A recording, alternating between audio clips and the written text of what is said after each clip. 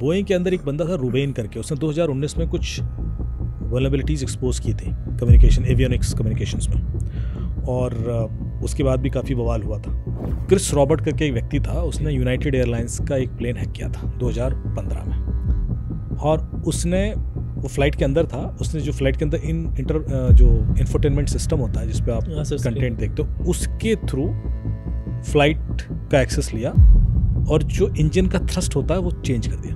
Unfortunately वो flight भी Boeing ही थी, एक पॉलिश फ्लाइट था, पॉलिश एयरफोर्स का, और वो रशिया में लैंड कर रहा था और उस समय वो क्रैश हुआ और उसमें उनके प्रेसिडेंट भी थे। पर एक और हुआ था जिसमें वॉर्सो एयरपोर्ट से कुछ फ्लाइट टेक ऑफ करनी थी और वो नहीं टेक ऑफ कर पाई थी। डिस्पैच सिस्टम हैक हो गया था उनका, तो उस वजह से जो कम्युनिकेशन सिस्टम इंटरप्ट हो गया और उसके बाद वो फ्लाइट ग्राउंडेड हो गई, और वो साइबर अटैक ही था।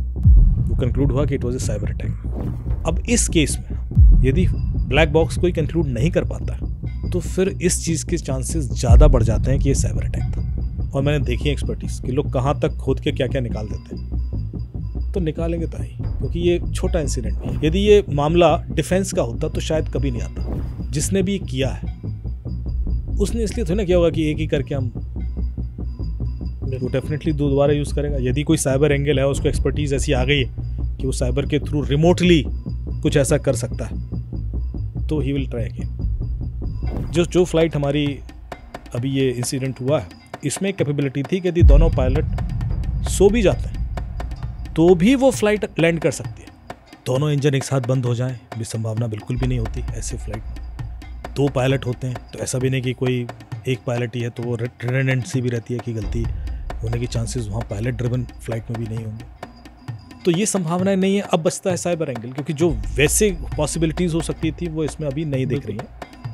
और ब्लैक बॉक्स से भी कोई बहुत ऐसी इन्फॉर्मेशन मिली नहीं है कि वो थ्रस्ट क्यों नहीं मिला, क्यों ऊपर नहीं गया। अब चूँकि एक एग्जाम्पल है हमारे पास रॉबर्ट का, जिसने ऐसा कुछ डेमोन्स्ट्रेट किया था बोइंग में, तो चांसेस बिल्कुल बनते हैं। और उसने यही डेमोन्स्ट्रेट किया था कि इंजन का थ्रस्ट अल्टर कर दिया था टेक ऑफ करते समय। चूँकि इसके संग ऐसा हुआ है तो फिर कोई ना कोई एवियोनिक्स में गड़बड़ी हुई है। ये उस समय अर्ली स्टेज पे हुई है, तो यदि कोई इनसाइड भी था तो वो वहीं था।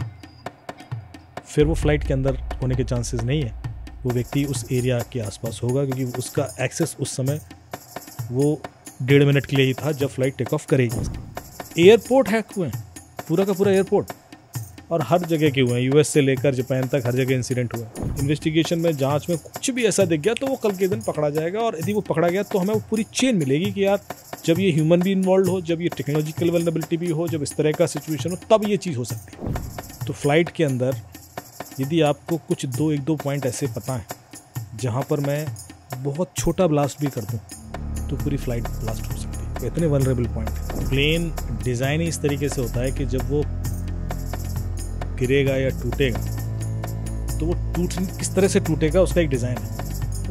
उसका एक हिस्सा पीछे गिरेगा, एक हिस्सा आगे गिरेगा, एक बीच में गिरेगा। तो वो डिज़ाइन ही इस तरीके से होता है।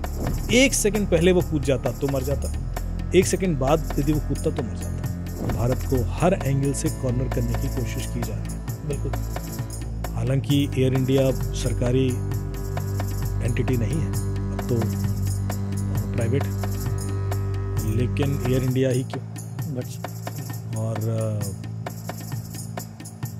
गुजरात ही क्यों, ये सारी चीज़ें, बहुत सारी पॉइंट्स हैं जो हमें सोचने पड़ेंगे। सर ये हुआ भी उस वक्त में जब हम चीज़ें डिस्कस कर रहे थे, इंडिया पाकिस्तान टेंशन चल रही है बहुत ज़्यादा, इंडिया के ऊपर हैकिंग अटेम्प्ट्स बहुत सारे हो रहे थे, हमने देखा इवन गवर्नमेंट वेबसाइट जो है वो टेक डाउन हो गई बहुत सारी। 16 लाख अटैक हुए हैं 10-12 दिन के अंदर इंडिया के ऊपर, और हर तरह की कोशिशें हुई हैं। साइबर सिक्योरिटी की अपनी सीरीज में अब हम 21वें एपिसोड में पहुंच गए, और फिर से मेरे साथ हमेशा की तरह हमारे special guest cyber crime investigator Amit Dubey. Amit sir welcome. Thank U S भाई। सर कैसे? मैं बढ़िया, आप कैसे? मैं एकदम ठीक। अमित सर हमारा ये इंट्रो जो है, मतलब हमें पहले एपिसोड से ऐसी इंट्रो रह रहा है हमारा, कॉपी पेस्ट कर सकते हैं। बिल्कुल कॉपी पेस्ट। सर बड़ा इंटरेस्टिंग तो नहीं कहूँगा, लेकिन बड़ा एक अजीब चीज़ आज डिस्कस करने का मतलब मन कर रहा है आपसे। जो स्टार्ट करूँगा पहले सवाल से, वो है ये जो एयर इंडिया का प्लेन क्रैश हुआ है, मतलब बड़ा दर्द देने वाला ये रहा पूरा का पूरा इस सीन पर, जिस तरह से क्रैश हुआ। तो सर इसमें कुछ चीज़ें आ रही हैं कि लोग ये भी कह रहे हैं, ऐसे मैंने पढ़ा है, कि इसमें साइबर एंगल भी हो सकता है, कुछ हैकिंग भी हो सकती है, क्योंकि जिस तरीके से प्लेन वो चल रहा था, जा रहा था, और फिर अचानक से एकदम क्रैश हुआ, कुछ पता नहीं चला, एटीसी को सिग्नल्स नहीं मिले, वहाँ मेडे कॉल भी आई बट बाद में रिसीव नहीं हुई। तो इस पे आप थोड़ा सा बताएं, क्या इसमें कुछ हैकिंग वाला हो सकता है कि इसको हैक किया गया हो? देखिए, सबसे पहले तो मेरी संवेदनाएं हैं, क्योंकि very shocking incident once again, और एक साथ दो ऐसी घटनाएं हुई, क्योंकि वो प्लेन जाके हॉस्टल में हिट किया और उसकी वजह से बहुत सारे डॉक्टर्स नहीं रहे। तो दुख तो पूरे हिंदुस्तान को है ही, क्योंकि ऐसे इंसिडेंट नॉर्मली रेयर होते हैं, और 10 लाख में से 10 मिलियन मतलब 1 करोड़ में से कोई एक इंसिडेंट ऐसा होता है। मतलब 1 करोड़ फ्लाइट जब आपकी चलती हैं तो उसमें से कोई एक पॉसिबिलिटीज़ ऐसी हो सकती है कि ऐसा हो। मैं इसलिए बता रहा हूँ क्योंकि लोग नॉर्मली कॉम्प्लेक्सिटीज़ भूल जाते हैं जब इस तरह के कोई इंसिडेंट होते हैं। तो इस rare of the rarest event है। हर तरह के एंगल से इन्वेस्टिगेशन शुरू होता है। जैसे हमने देखा कि ब्लैक बॉक्स पर भी इन्वेस्टिगेशन हो रहा है, और जो वीडियोस मिल रहे हैं उसके हिसाब से इन्वेस्टिगेशन हो रहा है, लेकिन साइबर एंगल कभी भी डिस्कार्ड नहीं किया जाता।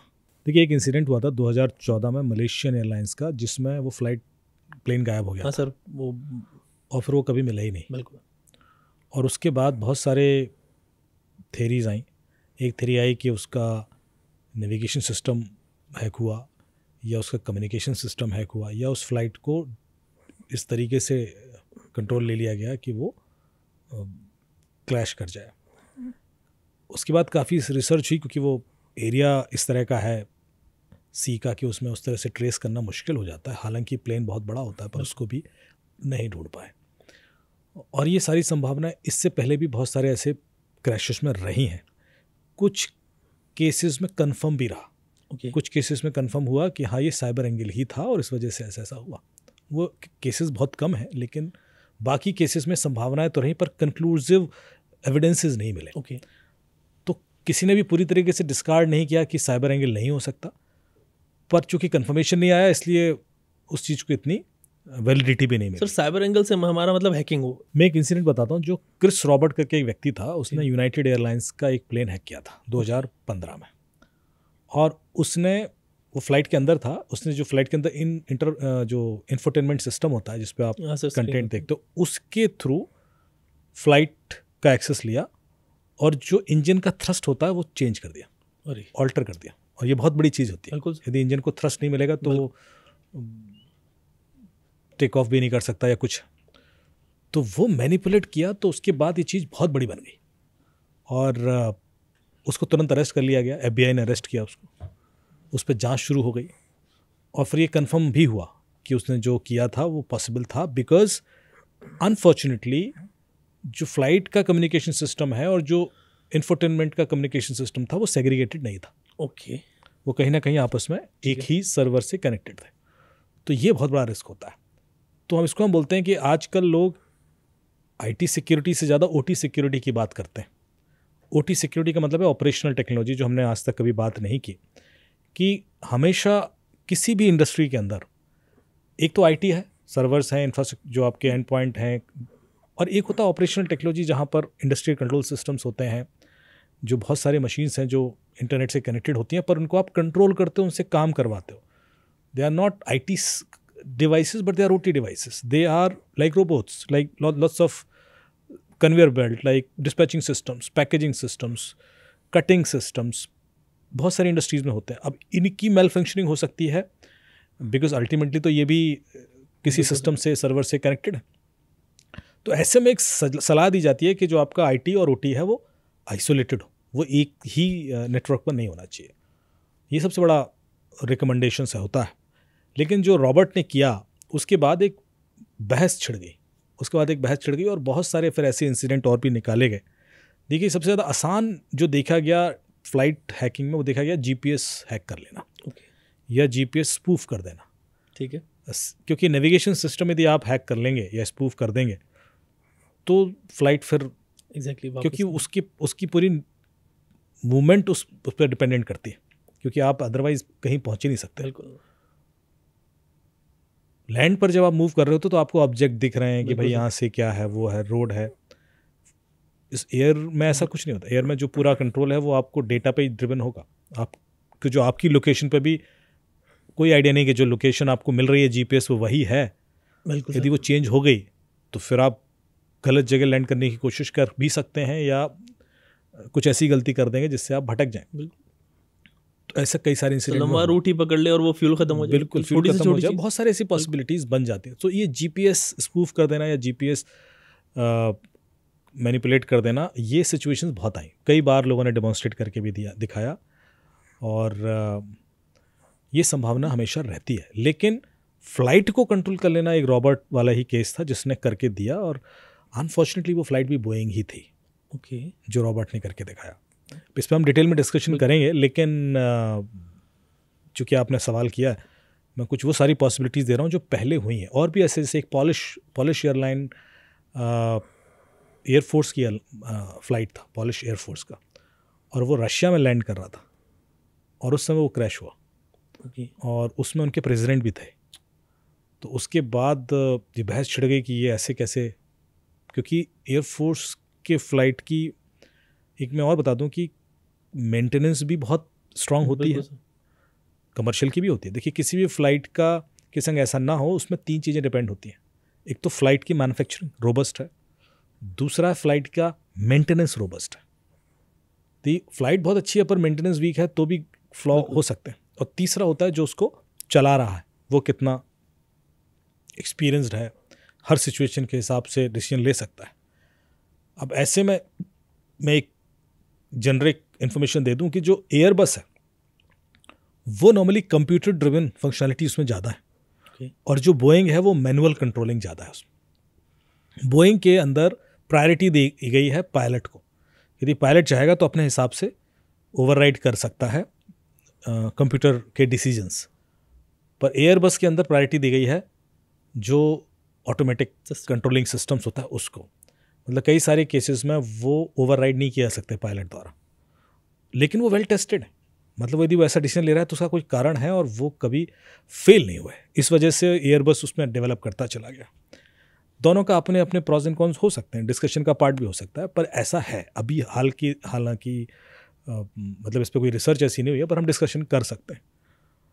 एक और पॉलिश एयरलाइंस का अटैक जो इंसिडेंट हुआ, अब साइबर अटैक कंक्लूड तो नहीं हुआ, लेकिन लोगों ने डिस्कशन किया कि उसमें साइबर अटैक हो सकता है। जैसे ये जो एयरफोर्स का था ये भी हुआ, पर एक और हुआ था जिसमें वॉर्सो एयरपोर्ट से कुछ फ़्लाइट टेक ऑफ करनी थी और वो नहीं टेक ऑफ कर पाई थी। ओके। और वो टेक ऑफ उसमें क्रैश नहीं हुआ था, पर वो डिस्पैच सिस्टम हैक हो गया था उनका। तो उस वजह से जो कम्युनिकेशन सिस्टम इंटरप्ट हो गया और उसके बाद वो फ्लाइट ग्राउंडेड हो गई, और वो साइबर अटैक ही था। वो कंक्लूड हुआ कि it was a cyber attack. तो साइबर अटैक सिर्फ फ्लाइट में होगा, कम्युनिकेशन सिस्टम पे होगा, एटीसी के अंदर हो जाएगा, बहुत सारे पॉसिबिलिटीज़ हैं क्योंकि अब इतना कनेक्टेड इन्वायरमेंट में वो प्ले कर रहा होता है। पर मैं ये भी अश्योर कर दूं कि ये चीज़ें बहुत पुख्ता और मैच्योर और टेस्टेड होती हैं। तभी जब मैंने सबसे पहले वो फिगर दे दिया कि यदि कोई ऐसा इंसिडेंट होता भी है तो उसके चांसेस 1 करोड़ में से एक होता है कि 10 मिलियन फ्लाइट जब चलती हैं, रूट कंप्लीट करती है, उसमें एक आध शायद कोई ऐसा होगा। ये भी वर्स्ट सिचुएशन के लिए। सर मैं जैसे कि पढ़ भी रहा था इस पे, से मैंने आपको बताया उन्होंने काफ़ी सारी पॉसिबिलिटीज़ दी हुई थी कि भाई ये हो सकता है हैकिंग वाली भी, इस पर हम डिस्कस भी कर रहे हैं। इसमें एक और एंगल भी आता है कि हैकिंग अटैक्स जो है इंडिया पे बहुत सारे हो रहे थे अभी पाकिस्तान की तरफ से। तो ये सब चीज़ें इवन दो वे नॉट हम उधर उस डायरेक्शन में नहीं जा रहे चीज़ों को लेके, बट काफ़ी सारे हैकिंग अटैम्प्ट्स भी हो रहे थे उधर से। और ये जो प्लेन जिस तरीके से मतलब चल रहा था, जा रहा था ऊपर, और एक दो मतलब आपके भी बहुत सारे एविएशन में जानने वाले होंगे आप, मतलब ऐसा होता है ना कुछ ऐसा इंसिडेंट हुआ और बड़ा क्यूरियस हो जाते हैं हम लोग, पता करते हैं लोगों से कि भाई ये क्या हुआ। तो हो सकता है आपने भी पता किया हो, आपने भी इन्फॉर्मेशन ली हो। तो ये चीज़ किस तरीके की तरफ आपको दिख रही है? क्या इसमें लगता है कि ऐसा कुछ हो सकता है हैकिंग वाला सीन? देखिए, मैं डिस्कार्ड नहीं करता। पहले तो किसी भी चीज़ को जब तक वो पूरी तरह से इन्वेस्टिगेशन नहीं हो जाए, हर एंगल से इन्वेस्टिगेशन का राइट है। बिल्कुल हो सकता है, क्योंकि दोनों इंजन एक साथ बंद हो जाएं भी संभावना बिल्कुल भी नहीं होती ऐसे फ्लाइट में। और 2 पायलट होते हैं तो ऐसा भी नहीं कि कोई एक पायलट ही है, तो वो रिडंडेंसी भी रहती है कि गलती होने के चांसेस वहाँ पायलट ड्रिवन फ्लाइट में भी नहीं होंगे। और ये फ्लाइट पहले से एग्जैक्टली आ रही थी, आ रही थी, और उस समय भी कोई रिपोर्टिंग नहीं हुई कि उसको ऐसा रिपोर्ट किया गया कि चलते समय, लैंड करते समय कुछ हुआ हो या इग्नोर कर दिया होगा। तो उसकी कोई ऐसी मेल फंक्शन या कोई रिपोर्टिंग थी ही नहीं। अदरवाइज़ क्या होता है कि नॉर्मली यदि ऐसा कुछ भी आ जाए किसी फ्लाइट के लैंडिंग करते समय, तो फिर टेक ऑफ डिले कर देते हैं या फिर उसकी प्रॉपर चेकलिस्ट वेरीफाई होती है। कई सारे केसेस में कैंसिल भी हो जाती है फ्लाइट। इतना भी रिस्क नहीं लिया जाता। यदि एक छोटा सा भी उसने कह दिया कि साहब ये मैंने कोई भी प्रॉब्लम फेस की है, तो वो फ्लाइट, तो वो चेकलिस्ट वेरिफिकेशन के बाद ही जाएगी, अदरवाइज नहीं जाएगी। तो ये संभावनाएं नहीं है। अब बचता है साइबर एंगल, क्योंकि जो वैसे पॉसिबिलिटीज़ हो सकती थी वो इसमें अभी नहीं दिख रही हैं। और ब्लैक बॉक्स से भी कोई बहुत ऐसी इन्फॉर्मेशन मिली नहीं है कि पायलट को कुछ ऐसा इन्फॉर्मेशन मिला हो। तो कोई ऐसा था रीज़न जो उसकी समझ में नहीं आया कि वो थ्रस्ट क्यों नहीं मिला, क्यों ऊपर नहीं गया। अब चूंकि एक एग्जाम्पल है हमारे पास रॉबर्ट का, जिसने ऐसा कुछ डिमॉन्स्ट्रेट किया था बोइंग में, तो चांसेस बिल्कुल बनते हैं। काफ़ी एक्सपीरियंस पायलट, और उसने यही डिमॉन्स्ट्रेट किया था कि इंजन का थ्रस्ट अल्टर कर दिया था। ओके सर, आप ये कह रहे हैं जो मैं कह रहा हूँ, रॉबर्ट ने जो डिमॉन्स्ट्रेट किया था 2015 के करीब, और बोइंग में ही किया था, लेकिन उसके बाद ये चीज़ें फिक्स हुई थी। तो ये एक संभावना बिल्कुल बनती है यहाँ पे भी। अभी भी थ्रस्ट जनरेट नहीं हुआ है। हाँ, थ्रस्ट नहीं मिला उसको, जैसे वो गया तो उसके बाद ऊपर जा ही नहीं पाया। और this can be one of the reason. इसके अलावा कुछ और इंसिडेंट मैं आपको बता दूं कि बोइंग के अंदर एक बंदा था रूबेन करके, उसने 2019 में कुछ वल्नरेबिलिटीज़ एक्सपोज की थी कम्युनिकेशन, एवियोनिक्स कम्युनिकेशंस में, और उसके बाद भी काफ़ी बवाल हुआ था। उसने एक आर्टिकल लिखा, वीडियो भी बनाया, और पर ये काफ़ी थ्योरेटिकल वल्नरेबिलिटीज़ थी। बोइंग ने डिस्कार्ड किया, हो सकता है उसके बाद फिक्स भी किया हो कुछ, पर रूबेन के अपने रीजंस थे। पर उसकी इस रिपोर्टिंग से पूरी दुनिया में एक हल्ला हो गया। तो देखिए, कई बार क्या होता है कि कुछ चीज़ें जब तक फिजिकली लेवल पर टेस्ट ना हो, उनको कंक्लूसिव रिमार्क्स देना अच्छा नहीं होता। बिल्कुल। तो जो रूबेन ने भी बोला वो बहुत सारा थ्योरेटिकल था, जो उसने अपने ऑब्जर्वेशन के हिसाब से और जो उसकी डिज़ाइन फ्लॉज के हिसाब से बताया था। और उसने बताया था कि उसके एवियोनिक्स कम्युनिकेशन सिस्टम में फ्लॉज हैं। आई एम श्योर कि चूँकि 2015 का इंसिडेंट है और ऐसा कोई फ्लॉ रहा भी होगा, तो बोइंग ने डेफिनेटली रिएक्टिव एक्शंस लिए होंगे, फिक्स किया होगा। पर चांसेस यहाँ भी बनते हैं कि क्या हर फ्लाइट में अपडेट हो गया था, ये फ़्लाइट कितनी पुरानी थी, इसमें भी, क्योंकि हमने हमेशा कहा है कि सिक्योरिटी में टेक्नोलॉजी से ज़्यादा प्रोसेस इंपॉर्टेंट होता है। आपने एक बहुत महंगा फ़ोन ले लिया जो पूरी तरीके से सिक्योर है, पर उसमें जो ओएस है वो पुराना पड़ा हुआ है, तो वो उतना ही अनसिक्योर है। यदि आप उसको रेगुलरली अपडेट नहीं करते हो जिस हिसाब से सिक्योरिटी पैचेस आते हैं, तो फिर आप उतने ही इनसिक्योर हो, फिर आपका वो हार्डवेयर सिर्फ कॉस्टली होने से कोई फ़र्क नहीं पड़ता। तो मैं उस एंगल से भी देखना चाहता हूँ क्या प्रोसेसेस में सारे फ्लाइट के अंदर अपडेट हुआ था, नहीं हुआ था, तो जांच होनी चाहिए, पता पड़ जाएगा कि उसका लास्ट अपडेट कब था। अच्छा, इसके अलावा कुछ और चीज़ें हैं, जैसे कि ईरान ने कुछ यूएस ड्रोन हैक किए थे 2011-12 में, और ईरान ने यूएस के कुछ ड्रोन थे। अब कहाँ से थे वो पूरा डिटेल मेरे पास नहीं, पर उसने कुछ हैक किए थे 2011 में, रिपोर्टिंग की थी, और उनका जीपीएस नेविगेशन कंट्रोल ले लिया था। तो जैसे कि जब ड्रोन अटैक्स होते हैं तो हमेशा हमारा एंटी ड्रोन सिस्टम एक होता है जो उसका कंट्रोल ले सकता है या उसको टेक डाउन कर सकता है, मतलब उसका नेविगेशन डिसरप्ट कर देगा ताकि वो गिर जाए कहीं, या वो आप ये भी कर सकते हो कि उसको कंट्रोल लेकर अपने हिसाब से लैंड करा दो। सर, ये भी चीज़ लोगों को क्लियर हो जाएगी कि एंटी ड्रोन सिस्टम काम क्या करता है, अक्सर आता है ना, तो वो भी आई थिंक आपकी बात से क्लियर हो गया। Sir please continue. तो एक पुलिस की कॉन्फ्रेंस होती है केरला पुलिस द्वारा, कुकून करके, हर साल होती है, अभी अक्टूबर में फिर होगी, और जिन लोगों को इंटरेस्ट है वो जाएं वहाँ ज्वाइन करें वहाँ पर। और ये मेरे ख्याल से 14 साल से हो रही है लगातार, 2009 से हो रही है, तो ज़्यादा साल हो, 16 साल हो गए।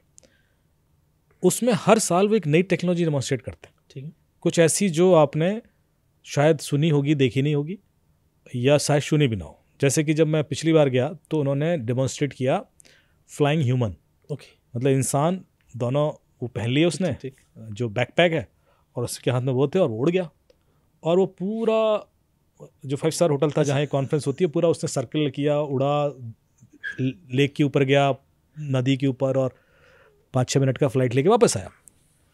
अब ये चीज़ हमने शायद सुनी होगी पर हमने कभी रियल उसमें नहीं देखी। तो जब हम थे वहाँ पे हमने देखा और उसने पूरा डेमोन्स्ट्रेट किया। And then it has been discussed कि भाई सिक्योरिटी के एंगल से भी, रिवोल्यूशन के एंगल से भी, कि अब इस तरह से इंसान उड़ने लगेंगे।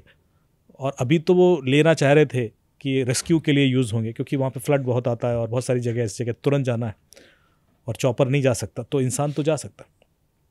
तो वेरी यूज़फुल टेक्नोलॉजी। उससे पहले मैं गया था तो उन्होंने ऑटोनोमस व्हीकल डेमोन्स्ट्रेट किए थे। उससे पहले मैं गया था तो उन्होंने एंटी ड्रोन सिस्टम डेमोन्स्ट्रेट किए थे। तो मैं पिछले 4-5 साल का तो मैं अभी ऐसे ही बता रहा हूँ। जो एंटी ड्रोन सिस्टम थे, इंडिजीनियस बनाया गया था, भारत की ही कोई कंपनी है और पुलिस के साथ मिलकर उन्होंने बनाया था। उसका काम ये था कि आप किसी भी कंपनी का ड्रोन उड़ा दो यहाँ पे, और वो तीनों पॉसिबिलिटीज़ हैं, या तो वो उसको कंट्रोल ले लेगा, या उसको उसका नेविगेशन डिस्टर्ब करके क्रैश करा देगा, या फिर क्या कहते हैं, उसको वहीं स्टैटिक कर देगा। सो ये तीनों पॉसिबिलिटीज़ उन्होंने डेमोन्स्ट्रेट करके दिखाई। तो ऐसे में क्या होता है कि जो भी उनका कम्युनिकेशन सिस्टम है, बेसिकली उसी को ब्रूट फोर्स किया जाता है। क्या हम इंटरसेप्ट कर सकते हैं तो कंट्रोल मिल जाएगा, क्या हम जो हम बोलते हैं डिडॉस अटैक करके उसको हैंग करा सकते हैं ताकि स्टैटिक करा देते हैं, या फिर हम उसको क्रैश करा दें, उसको हम मैनिपुलेट कर दें। तो जो CIA ट्रायज में हमेशा बोलता हूँ, उन तीनों तरीके से जो हमारा एंटी ड्रोन सिस्टम है वो अटैक करता है, और वो सारी पॉसिबिलिटीज़ कम्युनिकेशन की देखता है, और उसके बाद इन तीनों में से कोई एक एक्शन लेकर उसको ख़त्म करता है। तो ये सिस्टम की डिमांड एकदम से अभी बढ़ी, और अभी हमने देखा जब ऑपरेशन सिंदूर भी हुआ तो सबसे ज़्यादा जो पाकिस्तान की तरफ से अटैक हुए वो ड्रोन अटैक हुए, और वो चाइनीज़ ड्रोन थे, और उनको टेक डाउन करने के लिए वही टेक्नोलॉजी इस्तेमाल की गई जो डेमोन्स्ट्रेट हुई थी इस कोकून में। तो ये जो टेक्नोलॉजी है ये भी कई बार एज एन अटैक वेक्टर इस्तेमाल हो सकती है फ्लाइट की। ओके। क्योंकि अभी हम बात कर रहे हैं सिर्फ ड्रोन्स की, बिल्कुल, पर जब हम बात करते हैं एरोप्लेन या कोई भी ऐसे चॉपर्स वगैरह है, उनके नेविगेशन को भी डिसरप्ट किया जा सकता है with the same kind of entry sort of navigation devices, I would say, जो GPS डिसरप्ट कर दें, कम्युनिकेशन डिसरप्ट कर दें, ब्लॉक कर दें, इन्फॉर्मेशन ना देखे, आप चल रहे हो, थ्रस्ट कर रहे हो, अचानक से सब रीसेट हो जाए, इस काइंड ऑफ सिचुएशन हो सकती है। Fine sir. इसमें जैसे हम बात कर रहे हैं कि एक एंगल आपने कहा इसको डिनाई नहीं किया जा सकता, भी है या नहीं है उस पर बात नहीं, लेकिन इसको डिनाई नहीं किया जा सकता कि ये एंगल भी हो। तो क्या इससे रिलेटेड आपसे किसी ने अप्रोच किया कि भाई इस पे रिसर्च, इस पे जो है वो इन्वेस्टिगेशन हो, या आपकी नज़र में कुछ ऐसा हुआ हो कि भाई गवर्नमेंट जो है या फिर ऑफिशियल्स जो हैं उधर ये चाह रहे हो कि भाई इस एंगल से भी हम इन्वेस्टिगेट करें? बिल्कुल, देखिए हर एंगल से होगा ही इन्वेस्टिगेशन, उनके किसी के चाहने से तो ये नहीं होता, लेकिन डेफिनेटली प्रयास यही है। बहुत सारे ग्रुप्स में डिस्कशन चल रहा है जो जिसमें हमारे कई सारे डिफेंस के लोग भी हैं, विंग कमांडर्स हैं, जिनके पास इस चीज़ का बहुत अनुभव है, तो वो हर एंगल से अपने सजेशंस देते हैं कि फ्लॉक हो सकता है या क्या क्या पॉसिबिलिटीज़ हैं, फिर उसको काउंटर भी किया जाता है, एंड देन उसके हिसाब से आगे शॉर्ट नोट्स पास किए जाते हैं, जो जांच एजेंसीज़ हैं उसको कंसीडर करेंगे। अब तो बहुत सारे लोग उसमें इन्वॉल्व हो गए, लेकिन देखिए कोई भी जांच करेगा अल्टीमेटली तो उसी एंगल से करता है जिस एंगल से हम यहाँ डिस्कस कर रहे हैं, और कुछ ना कुछ कंक्लूसिव रिपोर्ट तो मिलेगी। अभी हम ये कर रहे हैं डिस्कशन की पॉसिबिलिटीज़ क्या क्या हो सकती हैं, जिसको लेकर मिटिगेशन प्लान क्या होना चाहिए ताकि फ्यूचर में वो चीज़ें ना हो। एक तो ये भी है, जैसे कि अभी एक और मैं चीज़ बता दूं कि जो यूक्रेन का वॉर चल रहा है, उसमें जो सबसे ज़्यादा यूक्रेन ने रशिया को डैमेज किया है वो उनके इसी तरह के जो सिस्टम्स हैं, ड्रोन सिस्टम्स हैं या एवियोनिक्स सिस्टम है, उनको डिस्टर्ब करके किया। सो यूक्रेन की वो कैपेबिलिटीज़ काफ़ी अच्छी हैं इस मामले में, हैकिंग कैपेबिलिटीज़ जिसको आप कह सकते हैं, हार्डवेयर हैकिंग कैपेबिलिटीज़, और उस वजह से रशिया हमेशा से परेशान रहा। तो ये एक हमारे पास एग्जाम्पल भी है। सर अभी आपने कहा कि क्या कहते हैं इन्वेस्टिगेशन होगी, फिर सच पता लगेगा कि क्या होगा, हैकिंग वैकिंग भी उसमें एक एंगल लिया जाएगा। बट अभी हमने डिस्कस किया मलेशियन फ़्लाइट का MS-370 का, बट 370 के साथ जो हुआ वो तो किसी को पता नहीं लगा। तो यहाँ ये भी हो सकता है कि सिचुएशन ऐसी हो कि हाँ कोई साइबर अटैक हो इस फ्लाइट पे एयर इंडिया की, कोई हैकिंग अटेम्प्ट हुआ हो जिसकी वजह से ये सब कुछ हुआ हो, और ये सच पता ना लगे क्योंकि उधर भी नहीं पता लगा था, क्योंकि अब ना तो ब्लैक बॉक्स में वो आएगा और ना ही उसके ट्रेस मिल पाए। देखिए, ब्लैक बॉक्स किसी भी फ्लाइट में लगाया क्यों जाता है? ब्लैक बॉक्स इसीलिए लगाया जाता है कि कल के दिन कुछ भी ऐसा हो तो हमारे पास सफिशिएंट इन्फॉर्मेशन हो टू कंक्लूड कि ऐसा हुआ क्यों था। बिल्कुल। जितने भी तो ब्लैक बॉक्स को उस तरह से डिज़ाइन किया गया है कि हर वो पैरामीटर वो कैप्चर करेगा, इन्वायरमेंटल कंडीशंस, टेम्परेचर, साउंड, जो भी जिस इम्पैक्ट कर सकती हैं उस समय, और ताकि कंक्लूसिव हो। और अभी राह रहता है तो ब्लैक बॉक्स मिल जाए तो कंक्लूजन हो जाता है अधिकतर केसेस में। MH370 का ब्लैक बॉक्स ही नहीं मिला क्योंकि फ्लाइट ट्रेस ही नहीं हुई। पॉइंट है, ओके। तो हम लोग उसके बारे में कोई कंक्लूजन कर ही नहीं सकते अब, क्योंकि वो गायब ही हो गई। अब इस केस में यदि ब्लैक बॉक्स कोई कंक्लूड नहीं कर पाता तो फिर इस चीज़ के चांसेस ज़्यादा बढ़ जाते हैं कि ये साइबर अटैक था। ओके। क्योंकि ब्लैक बॉक्स बनाया ही इस तरह से गया कि वो कंक्लूड करेगा। बिल्कुल सर। और वो कंक्लूड कर नहीं पा रहे, मतलब ऐसा कुछ भी नहीं था जिसकी वजह से वो फ्लाइट क्रैश हो सकती थी, which can be captured at that time through black box. तो यदि ऐसा है तो फिर साइबर एंगल। तो मेरे ख्याल से ये अपने आप में एक स्ट्रॉन्ग रीज़न होगा to push investigation further in cyber toward cyber angle. Fine. तो सर जैसे कि अगर ये इन्वेस्टिगेशन जाती है हैकिंग अटेम्प्ट की तरफ, साइबर अटैक की तरफ, तो उसमें क्या क्या चीज़ें एनालाइज की जाएंगी? आप फॉर एग्जांपल अगर इसको एनालाइज करें कि भाई ये इस तरीके से तो नहीं था, किसी ने अटैक तो नहीं कर दिया, सिस्टम तो फेल नहीं हो गए, तो वो कौन सा डायरेक्शन होगा? पहले आप किस तरह से एनालाइज करेंगे? पहले इधर देखेंगे, दूसरी चीज़ें फिर? देखिए, नॉर्मली मैं क्या करता हूँ, जैसे कि मेरे दिमाग में साइबर एंगल आ गया, ठीक है, और कुछ पैरामीटर जैसे हमें पता ही है, तो इस फ्लाइट, क्योंकि अकेली फ्लाइट तो है नहीं जो इस मॉडल की है, तो इस फ्लाइट का जो भी दूसरा मॉडल होगा उसके अंदर मैं कुछ ऑफेंसिव पेन टेस्टिंग करूँगा। ओके। कि क्या इंजन का थ्रस्ट मैनिपुलेट हो सकता है थ्रू एनी मीन्स, चाहे वो मुझे इंफोटेनमेंट सिस्टम के थ्रू, जैसे पहले तो चेकलिस्ट देखूंगा कि यदि कल के दिन किसी रॉबर्ट टाइप के बंदे ने बोइंग 787 का इंजन थ्रस्ट लेवल मैनिपुलेट किया था थ्रू इंफोटेनमेंट सिस्टम, तो क्या वो पॉसिबिलिटीज़ यहाँ थी? कोई पैच अपडेट नहीं हुआ था क्या? तो वहाँ से क्लैरिटी आएगी। मान लो नहीं थी, पैच अपडेट भी हुआ था, लेकिन कई बार क्या होता है कि पैच अपडेट भी हो जाए तब भी कोई दूसरी वल्नरेबिलिटी हो सकती है, क्योंकि ऐसा डेमोन्स्ट्रेट हो चुका है। बिल्कुल। फिर क्या, चलो सेग्रीगेशन कर दिया था, इंफोटेनमेंट सिस्टम अलग था और जो एवियोनिक्स का कम्युनिकेशन सिस्टम वो अलग था, तो क्या उसको किसी और तरीके से इंटरसेप्ट किया जा सकता था? वो पॉसिबिलिटीज़ देखेंगे।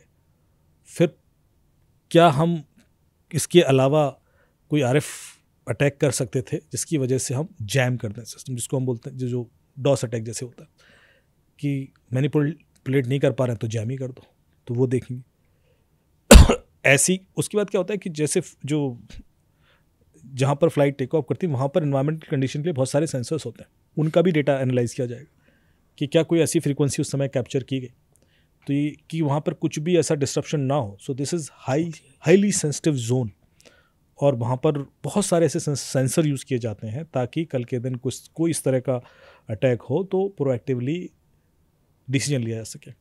तो वो भी डेटा कैप्चर कर रहे हैं, उनके डेटा का भी एनालिसिस किया जाएगा। तीसरी चीज़ जो मेरे ख्याल से होगी कि हम जितने भी पुराने इस तरह के इंसिडेंट हुए हैं उनको एनालाइज करके भी पैटर्न देखने की कोशिश करेंगे, क्योंकि भी हाल ही में हुए हैं, मतलब इस बात से नकारा नहीं जा सकता कि कई सारे, और इस वजह से कुछ लोग ये बोइंग सिस्टम पे सवाल भी खड़े करने लगे, उनका शेयर मार्केट भी इम्पैक्ट हुआ।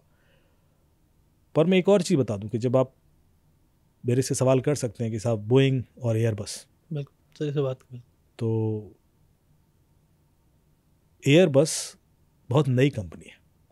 एयरबस, बिल्कुल, बोइंग का ही नाम हम बचपन में हमने बोइंग सुना। एयरबस 1970 में शायद स्टार्ट हुई है और बोइंग 1910 में स्टार्ट हुआ।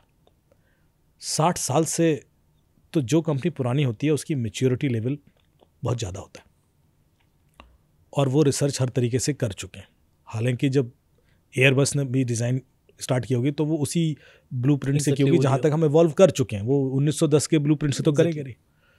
तो एयरबस भी अच्छा ही कर रही है, लेकिन दुनिया में बोइंग की फ़्लाइट ज़्यादा उड़ती है, एयरबस की कम उड़ती है। जो चीज़ ज़्यादा होगी उसमें चांसेस एरर के भी ज़्यादा हो जाते हैं, और ये सिर्फ फ्लाइट की वजह से नहीं होगा। मैंने हमेशा आपसे कहा कि किसी भी ऐसे सिस्टम में डिपेंडेंसी 3 लोगों पर है, मैन्युफैक्चरर पर भी है, मेंटेनेंस स्टाफ पर भी है और पायलट पर भी है। तीनों लोग जिम्मेवार हैं।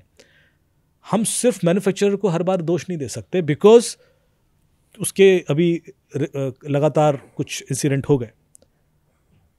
हमें ये भी देखना होगा कि जो मेंटेनेंस था हर बार उसमें कोई फ्लॉ तो नहीं था, ये भी देखना होगा।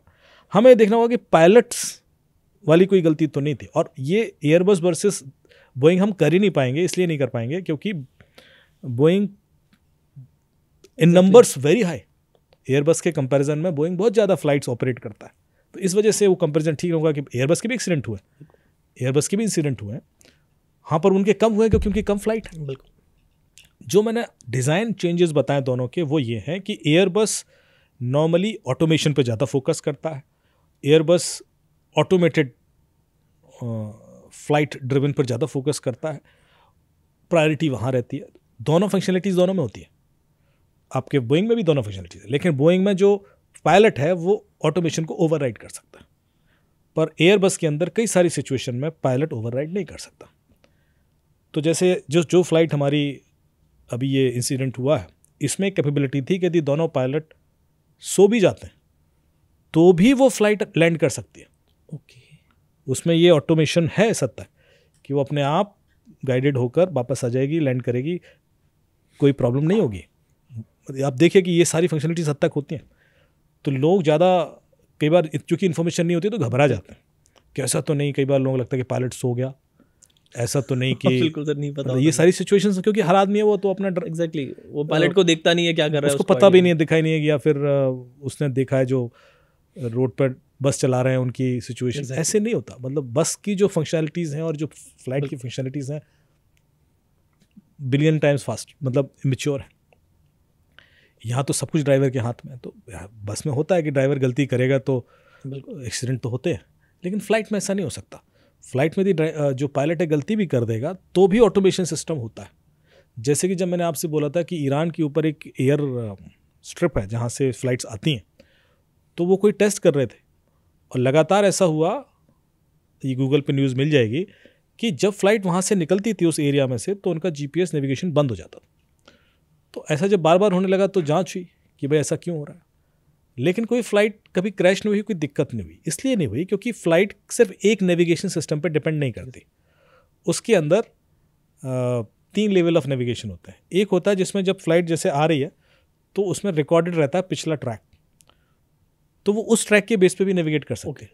उसको हर बार नया इन्फॉर्मेशन नहीं चाहिए, गाइडेड इन्फॉर्मेशन। तो वो उसको बोलते हैं कि यदि कल के दिन उसका जीपीएस नहीं काम कर रहा है तो उसको पता है कि वो किधर जाना है, कितना डिफ्लेक्ट करना है और कहाँ से निकल जाना है। ये चीज़ पिछले ट्रैक में उसके पास थी। और तीसरा एक और भी होता है, मैं अभी मिस कर रहा हूँ, पर 3 लेवल ऑफ नेविगेशन सिस्टम उसमें होते हैं, वो गूगल पे आपको मिल जाएंगे। तो देखिए रिस्क कितना कम कर दिया जाता है। ये रिडंडेंसी क्यों, ये एडिशनल फंक्शनलिटीज़ क्यों? हमारे कार में तो एक ही होता है, लेकिन एडिशनल फंक्शनलिटी इसलिए डाली गई क्योंकि रिस्क इतना कम कर दिया जाए कि कल के दिन ये भी ना हो तो भी कोई दिक्कत ना। तो ये सारी फ्लाइट्स इस हिसाब से डिज़ाइन की गई हैं। इसलिए मैं पहले तो ये डिस्कार्ड कर दूं किसी को भी कि भाई बोइंग अनसेफ है और एयरबस सेफ है, ऐसा कुछ नहीं है। दोनों ही इक्वली स्ट्रॉन्ग मैन्युफैक्चर्ड फ्लाइट्स हैं, लेकिन चूंकि बोइंग के बहुत ज़्यादा है इसलिए शायद इंसिडेंट आपने अभी ज़्यादा सुना। सर इतनी चीज़ें आप बता रहे हैं कि ऑटोमेशन पे आ जाता है, पायलट से गलती हो जाए या फिर पायलट सो भी जाए, प्लस ट्रैक अगर भूल जाए, नेविगेशन में मान लीजिए नेविगेशन को किसी ने हैक भी कर लिया, ट्रैक भी कर लिया, लेकिन उनके पास हमारे पास अलग रूट जो है ऑटोमेशन के थ्रू आ जाता है, बट फिर भी ऐसा हो जाना, मतलब ये कितना बड़ा शॉकिंग है। फिर मतलब फिर क्या समझ आता है? फिर तो वही एक साइबर एंगल ही समझ में आता है इसमें। हाँ देखिए, मैंने जैसे कहा कि यदि ब्लैक बॉक्स कुछ कंक्लूड नहीं कर पाता है तो फिर मेरा कंक्लूजन ये होगा कि कोई ना कोई साइबर एंगल रहा है, और यदि ब्लैक बॉक्स कंक्लूड कर देता है तो फिर हमें पिक्चर वैसी क्लियर हो जाएगी। अभी कुछ कहना ठीक नहीं होगा, लेकिन देखिए चांसेस हमेशा, वैसे मैंने पहले भी कहा था, चांसेस हमेशा रहते हैं। यदि पायलट की गलती थी कोई, जिसके की चांसेस बहुत रिमोटली होती हैं, जैसे मैंने कहा कि फ़्लाइट्स बहुत मैच्योर होती हैं और इसमें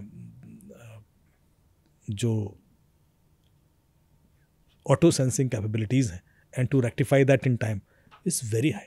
और ख़ासतौर से टेक ऑफ और फ्लाइट का काम ही बिल्कुल मेजरली सर, दो ही है। यही चीज़ है, और उसी वक्त गलती तो हाँ, सर मतलब टेक ऑफ और लैंडिंग ही मेजर है जहाँ पर पूरा दिमाग लगता है, बाकी टाइम तो वो बहुत स्मूथली सिर्फ नेविगेशन कंट्रोल के थ्रू चल सकता है, या फिर कभी उसको और अगर सर बिकॉज ऑफ टर्बुलेंस ऊपर नीचे होना या जो भी है वो वहाँ पर हो सकता है, लेकिन अदरवाइज तो इट्स पूरा का पूरा जो फोकस है, चाहे जितना भी इंटेलिजेंस है, वो उसी दौर के लिए लगाया गया। सर जैसे आप कह रहे हैं कि पूरा फोकस वहीं पे होता है पायलट का, तो अगर कोई अटैक कर रहा है, साइबर अटैक, तो उसका भी फोकस इन दो जगह पे ही होगा। बिल्कुल बिल्कुल बिल्कुल। वो उसी समय ज़्यादा क्रैश होगी। फ्लाइट या तो लैंड करते समय क्रैश होगी या टेक ऑफ करते समय। अब MH370 ऊपर जाके गायब हो गई तो इसलिए उसका कुछ भी कंक्लूसिव नहीं हो रहा। देखो, नेविगेशन सिस्टम तो वहाँ पे भी डिस्टर्ब किया ही जा सकता है। तो जब मैं ईरान का आपको एग्जाम्पल दे रहा था, तो वहाँ पर वो नेविगेशन सिस्टम इसलिए डिस्टर्ब हो रहा था कि ईरान एक टेक्नोलॉजी बिल्ड कर रहा था GPS डिस्टर्ब करने के लिए, स्पूफ करने के लिए। तो उस समय वो शायद टेस्ट कर रहे होंगे और उस वजह से लगातार उस एयरवे पर ऐसा हुआ, जो बाद में न्यूज़ में भी आया, ये मिल जाएगा। अब ऐसा अकेला ईरान तो कर नहीं रहा है, बहुत सारे लोग दुनिया में कर रहे होंगे जगह जगह। तो कई बार ये चीज़ें किस वजह से क्या हो गया कंक्लूड नहीं होती हैं। सर इसमें जैसे कि कोई हैकिंग अटेम्प्ट है, फ्लाइट पे हो रहा है, तो क्या इसमें इंसाइडर का मिला होना ज़रूरी है या फिर बिना इंसाइडर के भी हो जाता है? एक पॉइंट ये। दूसरा ये कि जैसे आप बता रहे हैं कि किसी ने इंफोटेनमेंट सिस्टम के थ्रू वहाँ पे हैक कर लिया, उसका नेविगेशन चेंज कर दिया, फिर थर्स जो है उसको वहाँ पे रोक दिया, तो ये कैसे होता है? दूसरा नंबर मतलब दो सवाल है मेरे। पहले आप ये बताएं कि क्या इंसाइडर का मिला होना ज़रूरी होता है, फिर बिना उसके भी हैक हो सकता है? दोनों पॉसिबिलिटीज़। देखो, ज़रूरी नहीं ज़रूरी, देखिए इनसाइडर का इस समय ज़रूरी है क्योंकि आपका अभी जो सिस्टम हो गया है एरोप्लेन सिस्टम, और ये बहुत रिमोट पॉसिबिलिटी है, इसलिए इसको सीरियसली ना लें, पर चांसेस इसलिए बोल रहा हूँ क्योंकि वहाँ पर इंटरनेट फैसिलिटी भी दे दिया गया है। थ्रू सैटेलाइट आपको इंटरनेट फैसिलिटी मिल जाती है। तो कोई भी चीज़ यदि कनेक्ट हो गई इंटरनेट से, तो फिर एक चांसेस ये है कि वो रिमोटली भी हो सकता है।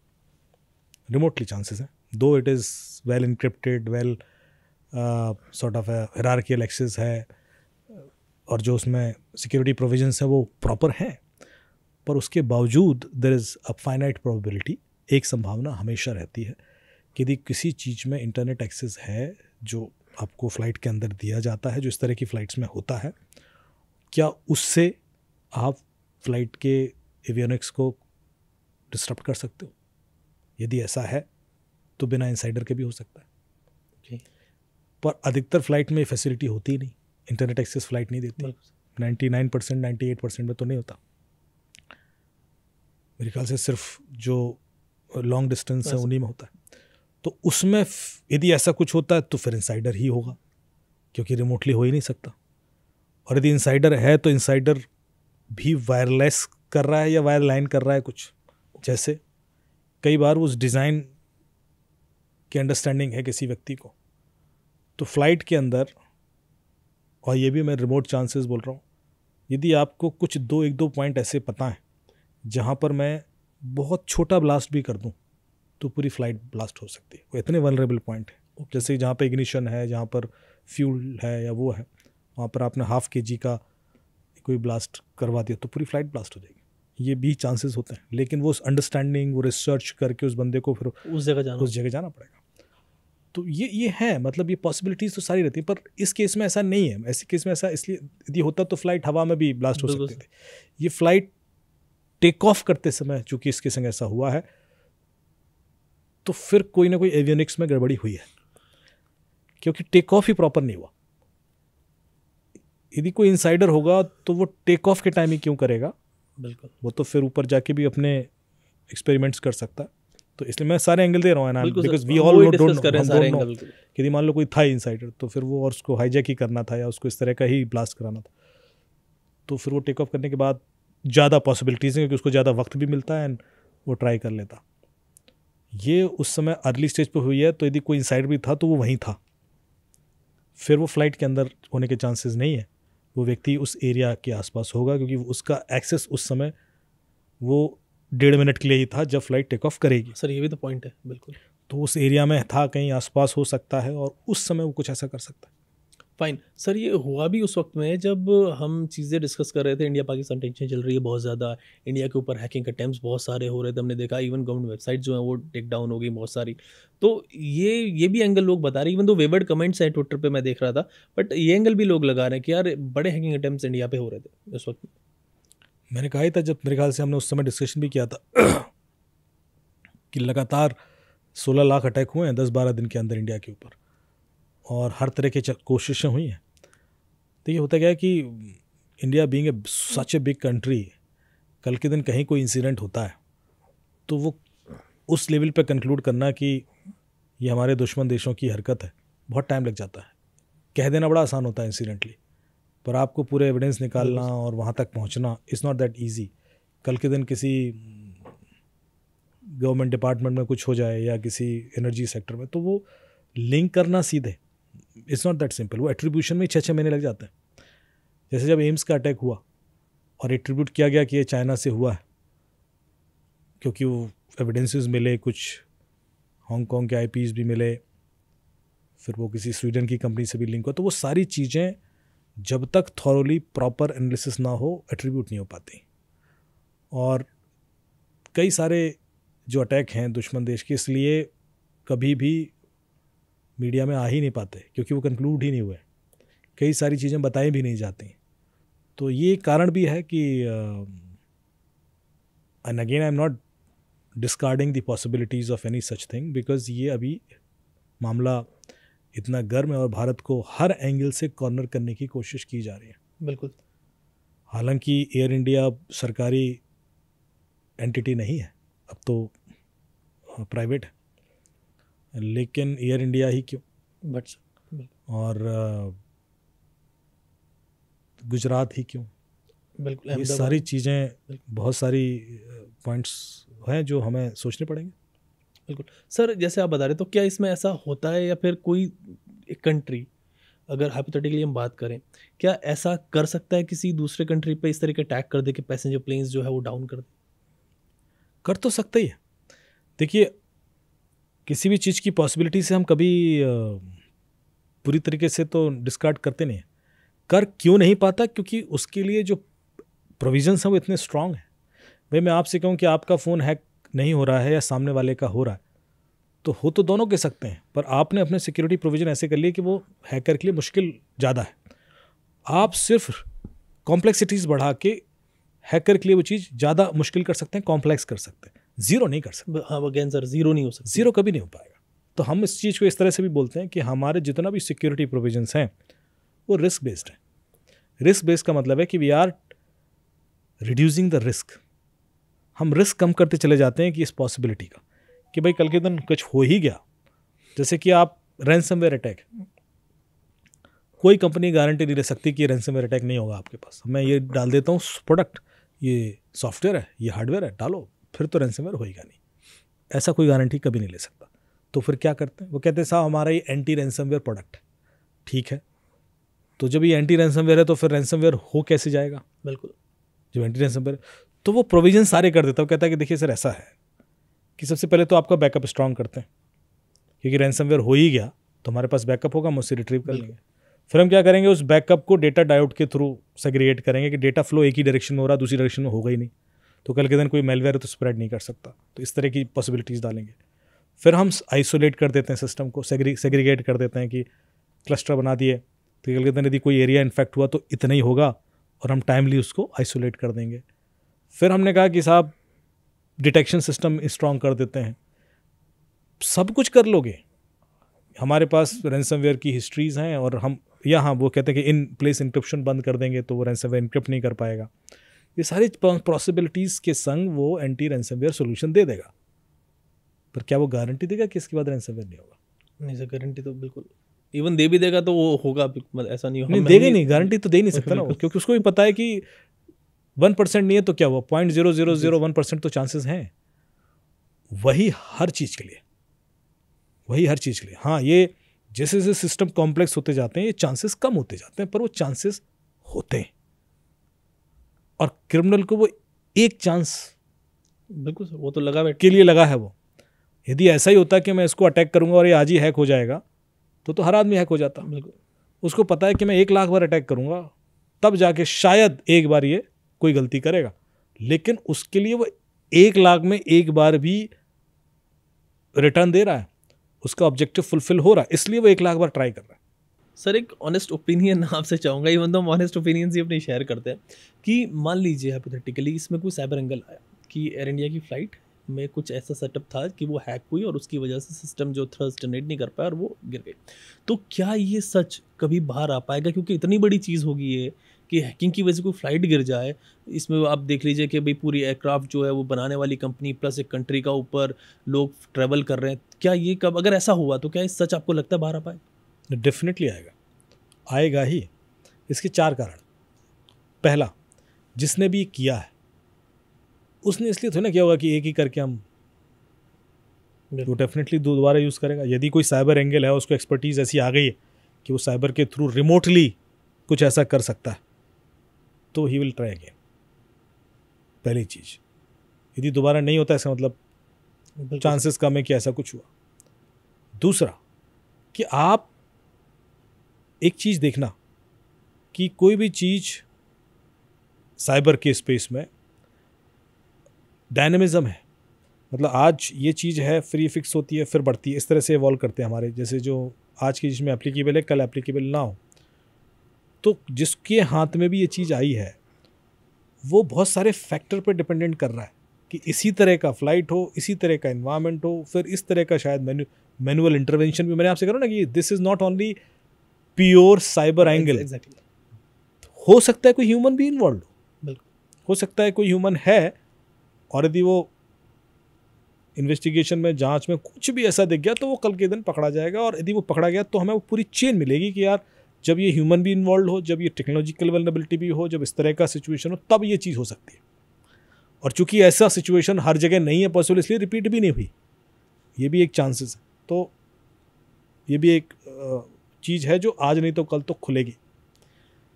तीसरा, I believe on Indian investigation process. ये चीज़ ऐसी नहीं है जिसको लेकर इग्नोर कर दिया जाए।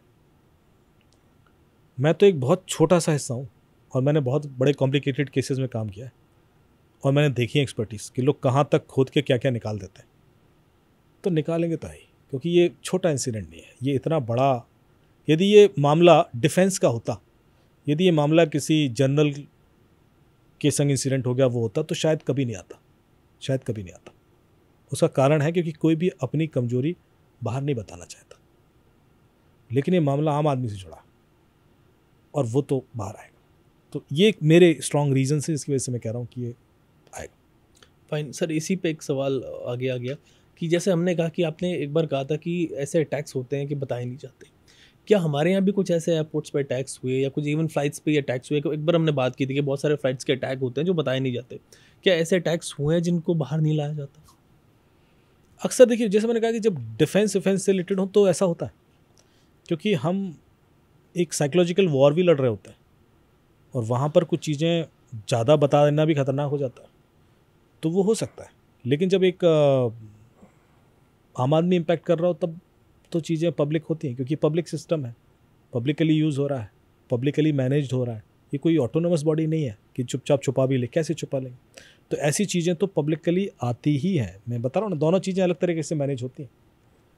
तो because it has happened with common public, I am sure this will be exposed. Sir जैसे मैंने कहा कि काफ़ी सारी स्ट्रेंज चीज़ें हमें यहाँ पे देखने को मिले। किस तरह से क्रैश हुआ that is a different thing. एक बच्चा जो वीडियो रिकॉर्ड कर रहा था, चलिए उसका तो लगा कि भाई वो पहली बार शायद आया था, उसने वो करा था, लेकिन एक बंदा बच गया।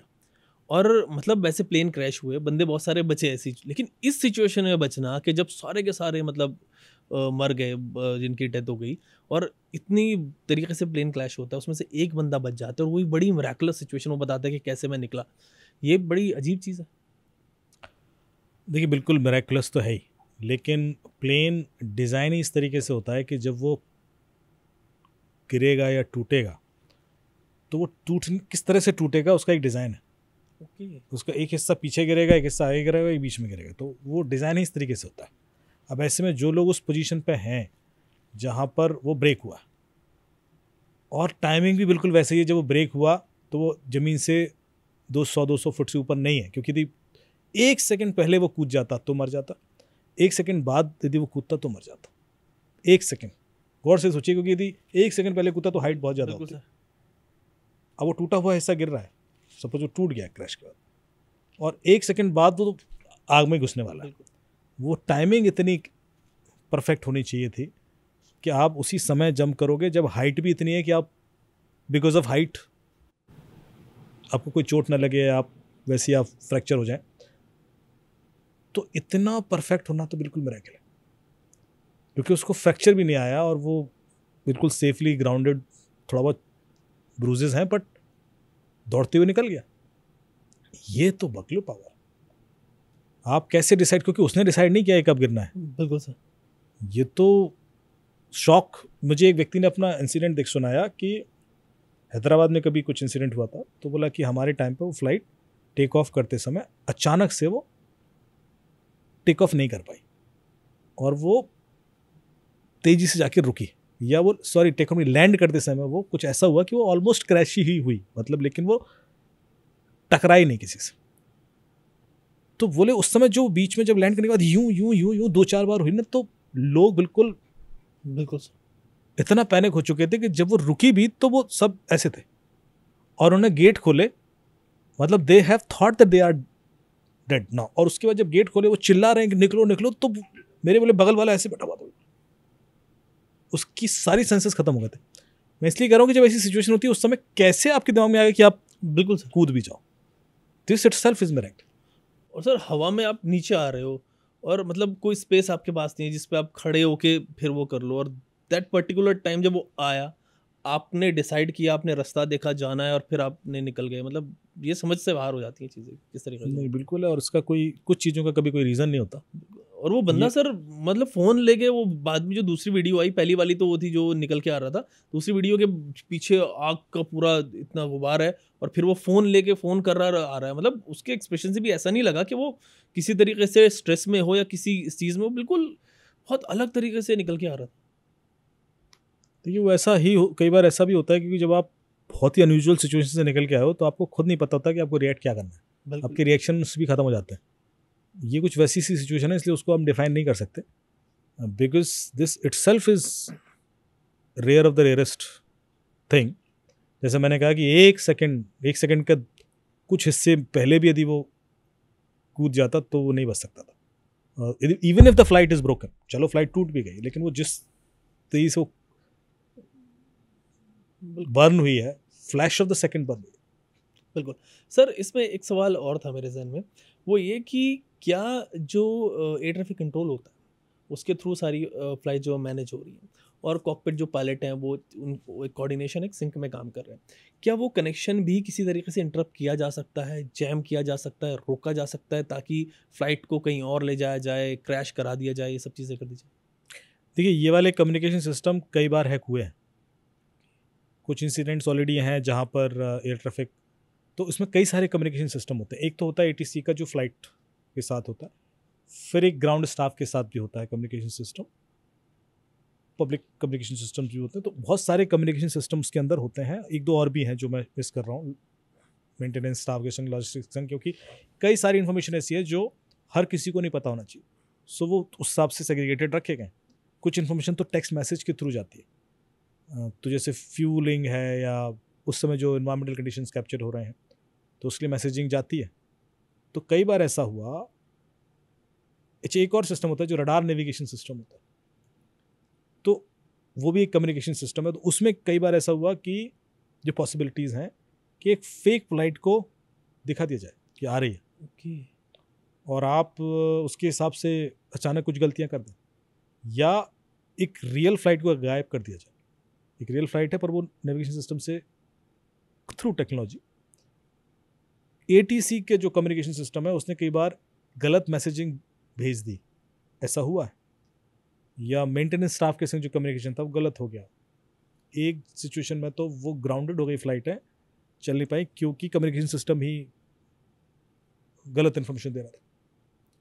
तो ये पॉसिबिलिटीज़ तो रही हैं। इसका कारण ये है कि जो वो कम्युनिकेशन सिस्टम है वो इंक्रिप्टेड नहीं होता अभी भी, और उसमें कुछ इनहेरेंट वल्नरेबिलिटीज़ हैं, पर उसको टेक केयर करने के लिए फिर दूसरे प्रोविजन ऐड किए गए, रिडंडेंसी ऐड की गई है, ताकि even if it is unencrypted the risk कि उसके हैक होने से कोई ऐसा इंसिडेंट हो जाए वो कम हो जाए। तो उसको बहुत दूसरी तरीके से टेक केयर किया गया है, जो is not correct to be discussed, but ये सिस्टम वल्नरेबल थे। तो सर इसमें एक चीज़ थी, मतलब एक रैंडम सवाल मन में आया, मैं चाहूँगा आप उसको आंसर करें क्योंकि क्वेश्चन आ सकता है कि क्या जो ब्लैक बॉक्स होता है वो इतना सिक्योर होता है?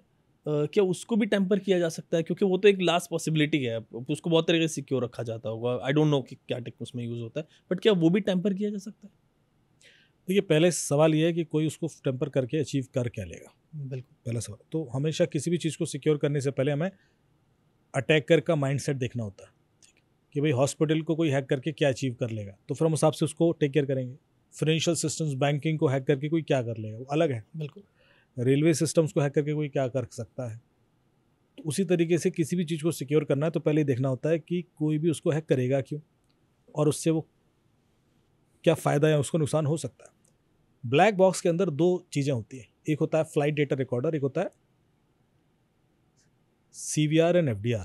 ये होता है, जो CVR है वो फ्लाइट की वॉइस रिकॉर्डर है, basically cockpit voice recorder. CVR is cockpit voice recorder and FDR is flight data recorder. Flight data में आपका हर पैरामीटर है फ्लाइट का, मतलब हर समय का altitude, navigation system, pressure, temperature, ये इन्वायरमेंट है। और अब तो बहुत सारे डिजिटल पैरामीटर्स भी आ गए हैं, तो वो सारे सिग्नलिंग सिस्टम के थ्रू उसमें रिकॉर्ड होता है और वॉइसेस भी रिकॉर्ड होती हैं।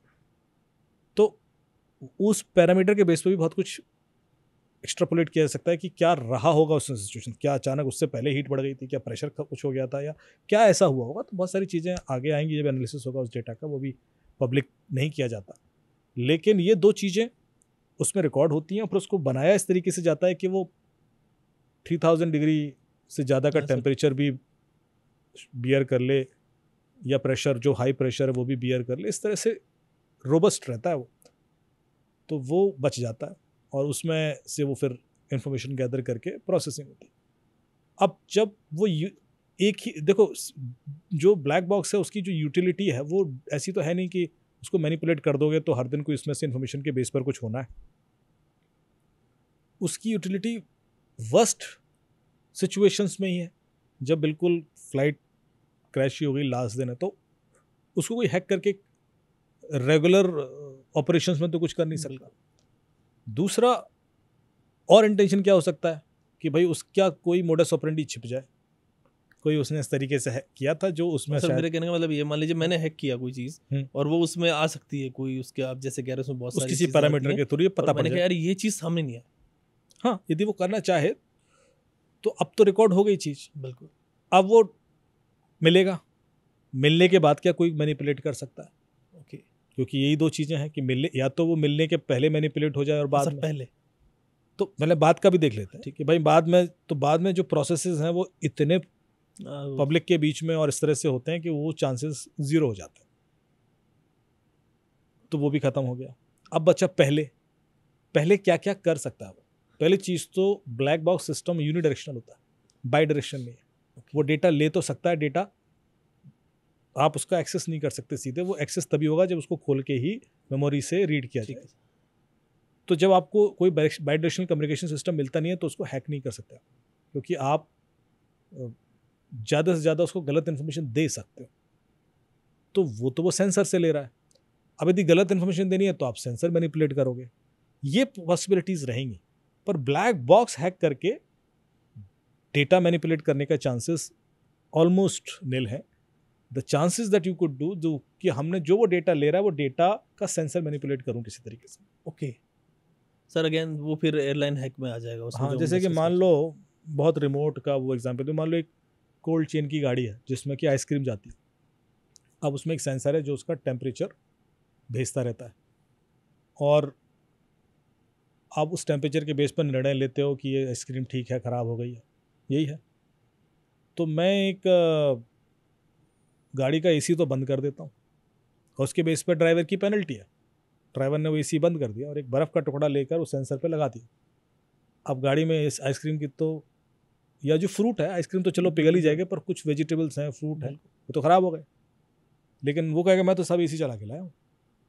तो इस तरह की हरकतें यदि करें कि वो सेंसर लेवल पे ही हम मैनिपुलेट करते हैं तो हो सकता है, otherwise it's not possible. Okay sir, black box जो है उसके अंदर सारी आवाज़ें जो कॉकपिट में हो रही है वो जा रही होती है, तो ये ब्लैक बॉक्स जो है काला डब्बा ही होता है या कुछ और, कुछ दिखने में कुछ और होता है? नहीं, ब्लैक बॉक्स ही होता है, लेकिन it's a full of technology. समझ में आता है कि आपको काला मैं एक डब्बा चीज़ होगा, बताऊं इसमें तो ताला लगा होगा। ये एक तरीके से जो स्पेस में रॉकेट जाते हैं ना, उस हद तक टेक्नोलॉजी होती है इसमें। ओके, उनका जो जिस तरीके से वो डिज़ाइन होता है वो बिल्कुल वैसे ही डिज़ाइन होता है, इसलिए is very costly equipment and it has all that metal, it has all pressure उतना बियर करेगा, same level of black box rockets में भी होता है ओके, जो ये स्पेस में जाते हैं, इनके अंदर भी होता है, ताकि यदि इनमें भी कोई सिचुएशन ऐसी आ जाए तो हमें पता तो पड़े बाद में। तो उनको मोस्ट सोफिस्टिकेटेड जो टेक्नोलॉजी उसके थ्रू डिजाइन होगा। आप देखिए कि उसमें आवाज़ जा रही है पर उसमें पानी नहीं जा सकता, पॉइंट आप उसमें आग नहीं जा सकती, सर इतना टेम्परेचर होगा। लेकिन उसमें सेंसर का डेटा जा रहा है। तो आप देखिए किस तरह से डिज़ाइंड है कि आप जो भेजना चाहते हो रिकॉर्डिंग के लिए वो तो जा रहा है, टेम्परेचर प्रेशर सब बता रहा कोई है, और चीज़ तो नहीं है। सेंसर तो है, बिल्कुल। पर वो इस तरह से डिज़ाइंड है कि वो मेमोरी तक नहीं पहुंच सकता जहाँ रिकॉर्ड हो गया। तो ये अपने आप में एक बहुत unique way of storing information है जो नॉर्मली स्पेस रिसर्च साइंस में यूज़ होता है, पर it is a part of aviation also. एक प्लेन में जैसे कि हम बात करते हैं कि नेविगेशन सिस्टम और ये बहुत सारी सेटअप चीज़ें होती हैं, तो ये किस तरीके से सिक्योर रखी जाती है? मान लीजिए एक लैपटॉप है, उसके अंदर तो सिर्फ एक ही चीज़ है, उसके अंदर मतलब इतना ज़्यादा सिक्योरिटी सिस्टम उसका है नहीं, मोबाइल का और छोटा हो गया। एक पूरा एयरक्राफ्ट है, उसको मैनेज करना, फिर एयर ट्रैफिक है वो मैनेज करना, नेविगेशन आपने बताई है मैनेज करना, फिर नीचे के जो सिस्टम है वो फिर सिंक्रोनाइज ग्राउंड होना, स्टाफ, लॉजिस्टिक्स, सब कुछ ये सब होता है। चीज़ें, तो इसको पूरा का पूरा सिंक पे रहने की ज़रूरत है। इसमें से थोड़ा सा भी ऊपर नीचे हुआ तो मैल फंक्शन हो सकता है, तो ये कैसे सिक्योर किया जाता है? अपनी इतनी अच्छी बात आई, क्योंकि देखिए आपने ये तो क्रैश के इंसिडेंट है, कई सारे इंसिडेंट ऐसे देखे होंगे कि ग्राउंड स्टाफ की गलती की वजह से हो गए, कम्युनिकेशन की वजह से हो गए। एक फ़्लाइट थी, वो हॉल्ट है और किसी वजह से पायलट ने वो इंजन स्टार्ट कर दिया और वो स्टार्ट किया और उसका जो रोटर घूमने लगा और उस सामने शायद कोई ग्राउंड स्टाफ था, वो खींच लिया उसने और बंदा वहीं ख़त्म हो गया, क्योंकि वो तो खींच लेगा। तो कम्युनिकेशन इतना डिले था, वो जब तक नहीं कर सकता था जब तक ग्राउंड स्टाफ काम कर रहा है। जब ग्राउंड स्टाफ वहाँ से हटेगा उसके बाद ही वो कोई ऐसा एक्शन ले सकता है, लेकिन वो कम्युनिकेशन ठीक नहीं हुआ। तो बहुत सारी डिपेंडेंसीज हैं। अब देखिए इंसिडेंट तो किसी वजह से भी हो सकता है। सिंगापुर में हर साल एक कॉन्फ्रेंस होती है, एयरपोर्ट सिक्योरिटी समिट, मैं कई साल से वहाँ जा रहा हूँ, उसमें यही चीज़ें डिस्कस होती, not only from aircraft security perspective but airport security perspective से होती। एयरपोर्ट हैक हुए हैं, पूरा का पूरा एयरपोर्ट, हीथ्रो एयरपोर्ट पर हैकिंग अटेम्प्ट हुआ था। और कैसे हुआ था? किसी ने एक पेन ड्राइव छोड़ दी थी वहाँ, और वो शायद पेन ड्राइव किसी ने लगा दी और पूरा का पूरा हीथ्रो एयरपोर्ट का जो डिस्प्ले सिस्टम्स है वो काम करना बंद कर दिए और फ्लाइट फिर डिसरप्ट हो गई और घबराहट हो गई और वो सब हुआ। उसके बाद पेनल्टी भी लगाई गई थी कुछ एयरपोर्ट के ऊपर, क्योंकि वहाँ पर इस तरह के लॉज हैं कि जैसे कि हमारे यहाँ DPTP लॉ है, उसी तरह से यदि आपकी वजह से पब्लिक को कोई प्रॉब्लम होती है तो यू विल बी पेनलाइज्ड, और अच्छी खासी पेनल्टी। तो मैं ये कह रहा हूँ कि airport security itself is a very complex subject, and then comes to aircraft security and then comes to support staff, maintenance staff, logistics, सब कुछ उसका पार्ट बन जाता है। इसमें कई सारी सिक्योरिटीज़ इंडिपेंडेंटली होती हैं जो आपस में कम्युनिकेट ही नहीं करते। जैसे आपने जब गेट के अंदर एंटर करते हो तो आपने देखा कि CISF का स्टाफ है, अब अंदर गए, उन्होंने आपको बिठा दिया, तो आप बार बार सोचते होगे कि इतनी बार क्यों आपको चेक किया जाता है, क्योंकि हर बार वो जो रोल है वो किसी और बॉडी को दे दिया गया है। अब यदि एक ही बॉडी को दोगे तो चांसेस ये हो सकते हैं कि वो लीनियंट हो जाएं, बिल्कुल, क्योंकि वो तो उन्होंने कहा यहाँ से क्लियर हो गया तो वहाँ से भी क्लियर ही हो जाएगा, पर उस चक्कर में वो हर बार उतना ही अटेंटिवली आपको चेक करेगा और चांसेस की कोई गलती होगी कम हो जाएगी। इस वजह से वो मल्टीपल टाइम्स कराया जा रहा है, अदरवाइज कोई ज़रूरत नहीं, आपने एक बार दे दिया, बात खत्म हो गई। पर आप देख रहे हो जानबूझ के वो जब फ्लाइट में एंटर करोगे तब भी एक बार वेरीफाई कर लें, क्योंकि हो सकता है कुछ ऐसा हो कि किसी बंदे ने दूसरे का ID लिया और दूसरे का वो लेके घुस गया हो। बिल्कुल, वो सब, और कई बार ऐसा हुआ भी है, लोगों ने वो सिस्टम बाईपास ऐसे करके घुस गए और किसी और का ID लिया और टिकट किसी के नाम पर है। लेकिन अब उस ऐसे केसेस में कोई इंसिडेंट करने के लिए तो वो घुसा नहीं था, वो कोई और पर्पज से घुसा हुआ क्योंकि वो टिकट किसी और के नाम पे था और उसको शायद खुद फ्लाइट करना था, ऐसा हो जाता। पर सोचो कि यही कोई टेररिस्ट करे, बिल्कुल, वो किसी और के नाम से अंदर घुस जाए और एयरपोर्ट पे ही कुछ कर दे, तो हमें पता ही नहीं पड़ेगा ये घुसा असल में कौन था, क्योंकि वो एंट्री पर आईडी किसी और का है। अभी चूंकि हमारे यहाँ डीजी यात्रा को प्रमोट किया जा रहा है इसी वजह से कि वो चांसेस कम हो जाए, वो चांसेस इतने मिनिमाइज कर दिए जाएं, तो आपने देखा होगा कि there is a push towards that sort of security checks, efficiency भी बढ़ जाती है।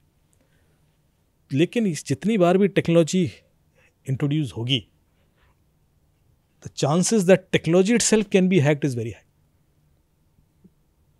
सर ये फ्लैप वाली थ्योरी भी आ रही थी कि फ्लैप अलाइन नहीं थे, कुछ इसमें था, कुछ उस बारे में भी आप आइडिया देंगे व्यूअर्स को हमारे कि वो क्या थ्योरी थी, किस तरीके से बात कर रहे थे लोग?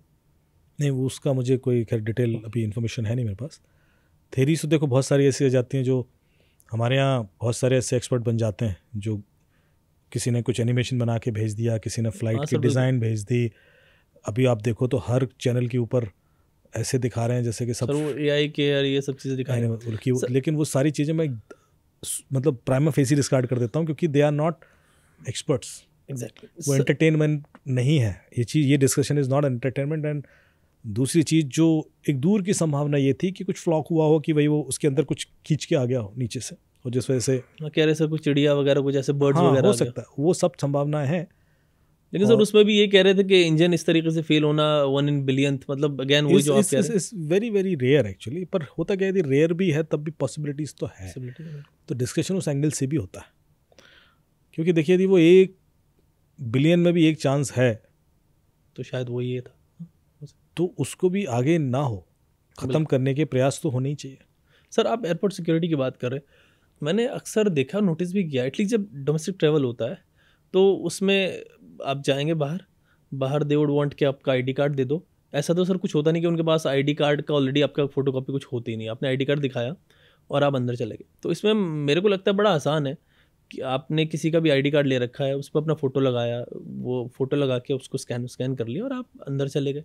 और वहाँ जाके भी डोमेस्टिक में जब आप जाओगे सिक्योरिटी पे, तो वो फिर आपका आईडी कार्ड देखते हैं, तो आप सिर्फ वो देखेंगे आपका आईडी कार्ड, फोटो मैच करेंगे सामने से और फिर आप निकल जाओगे। इवन जब तीसरा चेक होगा फ्लाइट के अंदर जाने में, तब भी यही होगा।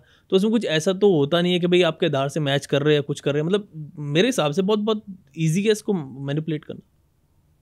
तो मैंने आपसे क्या कहा, इसलिए तो डीजी यात्रा प्रमोट किया जा रहा है भाई। डीजी यात्रा में कम से कम आपका डिजिटल आधार कार्ड जाता है, बिल्कुल, और आपका पास बोर्डिंग पास जाता है, और बोर्डिंग पास और दोनों की वेरिफिकेशन हो रहा है पीछे से बैक एंड पे।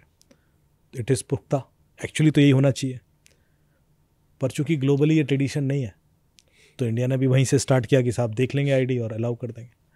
अब चांसेस कि कोई इससे क्या अचीव कर सकता है भाई, कोई ऐसा क्यों करेगा कि भाई क्योंकि टिकट तो लिया तभी घुस रहा है अंदर। हाँ, ये तो टिकट तो वैलिड होता है, वो तो देख लेते हैं तुरंत स्कैन करके कि टिकट नंबर आपके नाम पर है। अब सवाल ये उठता है कि आप वो नहीं हैं जिसके नाम पर टिकट है, कोई दूसरा व्यक्ति है और आपका फेस सिमिलर है, और शायद नाम आपने उस बंदे की आईडी ले ली है, फर्जी आईडी बना ली, ये भी हो सकता है, और आप घुस गए। चलिए आप घुस गए, उससे आपको क्या बेनिफिट होने वाला है? हाँ, मैं ज़्यादा आप ट्रैवल ही कर रहे हो, बिल्कुल है ना, आपने पैसे तो दिए, ट्रैवल कर रहा हूँ। मैंने एक छोटा सा हिंट दिया था आपको, तो अब उससे फ़ायदा ये हो सकता है, जो हम इनपुट भी दे सकते हैं एयरपोर्ट अथॉरिटीज़ को, कि कोई व्यक्ति अपनी पहचान बताने नहीं चाहता, ठीक है, और वो ट्रैवल करना चाहता है, बिल्कुल, और फिर वो कुछ गड़बड़ करना चाहता है, तो वो कर सकता है।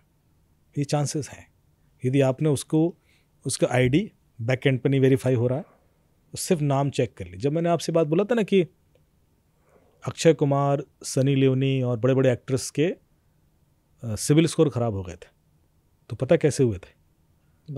बताया था, एक बार हम फिर से बताते, क्योंकि पॉसिबिलिटीज, सिमिलर पॉसिबिलिटीज़ यहाँ हो सकती है। कि आप गूगल करिए अक्षय कुमार GSTN, तो उसका GST नंबर दिख जाता है, उसमें से 4 शुरू के कैरेक्टर हटाएंगे तो पैन कार्ड आ जाता है उसका। वो पैन कार्ड लोग निकालते थे, अक्षय कुमार नाम का एक लड़का ढूंढते थे, तो उसका आधार कार्ड है, उसका एक पैन कार्ड फर्जी वाला बनाएंगे और उसमें ये वाला पैन कार्ड नंबर डाल देंगे जो असली अक्षय कुमार का है। अब ये जो बंदा है जिसका आधार कार्ड अक्षय कुमार का, इसका कोई पैन कार्ड है ही नहीं, इसका पैन कार्ड तो फर्जी बना दिया इन्होंने और उसमें नंबर डाल दिया इस अक्षय कुमार का। अब इसके पास आधार कार्ड भी है, पैन कार्ड भी है, फोटो फर्जी पैन कार्ड में इसी की डाली है। अब कर दिया credit card apply, credit card issue हो गया। क्रेडिट कार्ड पर ने अब अक्षय कुमार है तो क्रेडिट कार्ड 10 लाख का भी इश्यू हो जाएगा, 1 करोड़ का भी हो जाएगा। क्रेडिट लिमिट की कोई दिक्कत ही नहीं होगी, उसका जो सिबिल स्कोर तो अच्छा हो गई। इन्होंने उसकी 1 करोड़ की खरीदारी कर दी और वो पे नहीं किया, सिबिल स्कोर किसका खराब होगा? ये हुआ था। क्यों? क्योंकि जो सिस्टम था वो ये नहीं वेरीफाई करता था कि ये जो आधार कार्ड वाला अक्षय कुमार और ये पैन कार्ड वाला अक्षय कुमार एक ही व्यक्ति है। ये देखता था कि ये पैन कार्ड वैलिड है, हाँ है, ये आधार वैलिड है, हाँ है, दोनों वैलिड हैं और अक्षय कुमार के ही हैं, हाँ अक्षय कुमार के ही हैं, क्योंकि इसका भी नाम तो अक्षय कुमार ही है। तो उन्होंने कहा ओके कर दो इशू। पर क्या आपने देखा ये दोनों एक ही व्यक्ति हैं? सेम फ्लाइट के केस में हो रहा है। आपने टिकट देखा, अमित कुमार के नाम का टिकट है, हाँ है, अमित कुमार ने यहाँ से यहाँ जाना है। आईडी देखा, हाँ है भाई, अमित कुमार का आईडी भी है, ठीक है, चेहरा भी मिल रहा है, ओके, यही तो किया, यही हो रहा है। पर आपने क्या देखा कि ये व्यक्ति एक ही है? सर ये नहीं देखते, ये नहीं देखा ना।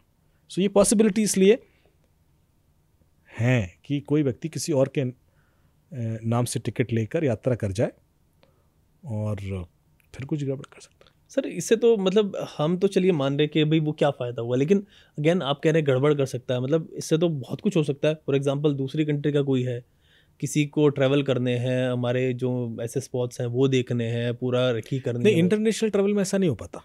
नहीं सर, यहाँ पे कोई स्पाई है, इंडिया का ही है फॉर एग्जांपल, मान लीजिए बाहर से कॉन्टेक्ट उसके हैं और वो बाहर से ऐसे ट्रैवल करके बाहर इन्फॉर्मेशन भेज रहा है।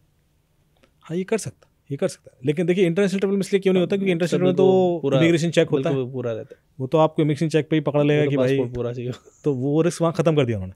सो दैट इज़ पुख्ता, और बायोमेट्रिक भी होता है और आपको आईरिस भी होगा और वो हर तरीके से वैलिडेट कर लेंगे ये व्यक्ति वही है जिसका ये पासपोर्ट है। यदि आप पासपोर्ट किसी और का लेके घुसेंगे तो वहीं पकड़ लिए जाएंगे।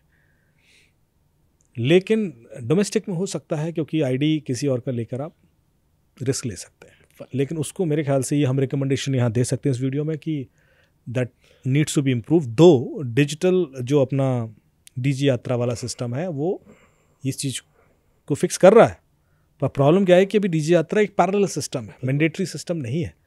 तो मैंडेटरी के लिए कुछ ऑप्शन ऐसा होना चाहिए कि यदि जो डीजी यात्रा नहीं कर रहा है उस केस में भी क्या आप वेरीफाई कर सकते हैं एटलीस्ट। सर जब टिकट बुक करते वक्त जिनका आप बुक कर रहे हो, जैसे ट्रेन में आता है ऑप्शन आता है आधार वाला, तो इधर भी आप आधार वाला लगा दो और फिर वहाँ से उसको ट्रेस कर लो कि भाई किसका है। ये नहीं देखा, और आई थिंक ये ना मैंने बहुत पहले कभी नोटिस किया, जब इनिशियली जाना शुरू किया था मैंने कहा तो बड़ा आसान है, ये तो ट्रेन की तरह है, एटलीस्ट जैसे ट्रेन में जाके घुस के किसी भी बैठे हो तो ये। हाँ, क्योंकि टिकट बुक करते समय कोई आधार तो दिया नहीं था आपने, तो आप टिकट बुक करते समय ये एक आईडी दें जो फ्री फिक्स हो जाए तो भी थोड़ा सा शायद मतलब बुकिंग के टाइम पे अगर चली भी जाती है ना तो वहाँ वेरीफाई होती नहीं है, वेरीफाई नहीं होती। आई थिंक एक दो बार अभी जैसे बुक हुआ उन्होंने ली भी आईडी, तो वहाँ उधर वेरीफाई होती नहीं है, बिना उसके काम करते हैं। ये जो सेगमेंट है ना हमारा, ये अभी एविएशन मिनिस्ट्री ट्वीट करने वाला है। बिल्कुल सर, ये चीज़ होती है, ये 30 डिस्कशन का पार्ट बनना चाहिए। बिल्कुल सर, उसी पे आऊँगा मैं, एयर इंडिया क्रैश पे। एक चीज़ मेरे जहन में आया अभी कि एक प्लेन के अंदर अगर किसी को माल फंक्शन करना है, उसको इस तरीके से काम करना है, तो उसमें क्या मालवेयर इन्फेक्ट किया जा सकता है, डाला जा सकता है, और अगर डाला जा सकता है कितना प्रोबेबल है वो, प्लस किस जगह उसको इम्प्लीमेंट उसको करना पड़ेगा, कहाँ डालना पड़ेगा? देखिए, मैं पूरी तरीके से फ़्लाइट का सिस्टम समझता नहीं हूँ। मैं चूँकि एयरपोर्ट सिक्योरिटी समिट में जाता रहा हूँ और जो मैंने नॉलेज ली है वो जो प्रेजेंटेशंस हुए हैं, जो चीज़ें अवेलेबिलिटी डिस्कस हुई हैं उस बेस पर हुई हैं, तो चांसेस तो रहते ही हैं, सबसे बड़ी बात है। और जो इन्फॉर्मेशन है मैंने अभी दी है उससे यही जाहिर होता है कि पहले लोगों ने ट्राई किया और हुआ है। लेकिन जो सबसे बड़ी सेंसिटिव चीज़ जो होती है ना किसी भी कम्युनिकेशन, जैसे कि आप जब मोबाइल फ़ोन भी यूज़ करते हैं ना, तो मोबाइल फ़ोन के अंदर 2 प्रोसेसर होते हैं। एक होता है जिसको बोलते हैं एप्लीकेशन प्रोसेसर, दूसरा होता है मॉडम। मॉडम का काम क्या है? कम्युनिकेट करना नेटवर्क से, सेल टावर से। अब वो 5G मॉडम है, 4G मॉडम है। बिल्कुल। एप्लीकेशन प्रोसेसर वाले पार्ट का क्या काम है? जो OS रन कर रहा है उसके हिसाब से वो रिसोर्सेज को, एप्लीकेशंस को प्रोवाइड करना और उसको एग्जीक्यूट करना। तो इसको समझने के लिए जैसे एक कॉन्सेप्ट पढ़ाया जाता है हमारे इंजीनियरिंग में, ऑपरेटिंग सिस्टम। ऑपरेटिंग सिस्टम क्या होता है? तो जिन लोगों ने भी इंजीनियरिंग पढ़ी है उनसे कभी पूछना ऐसे ही आप कि ऑपरेटिंग सिस्टम क्या होता है, तो वो आपको बहुत सारी चीज़ें बता देंगे, पर ये नहीं बता पाएंगे कि ऑपरेटिंग सिस्टम क्या होता है।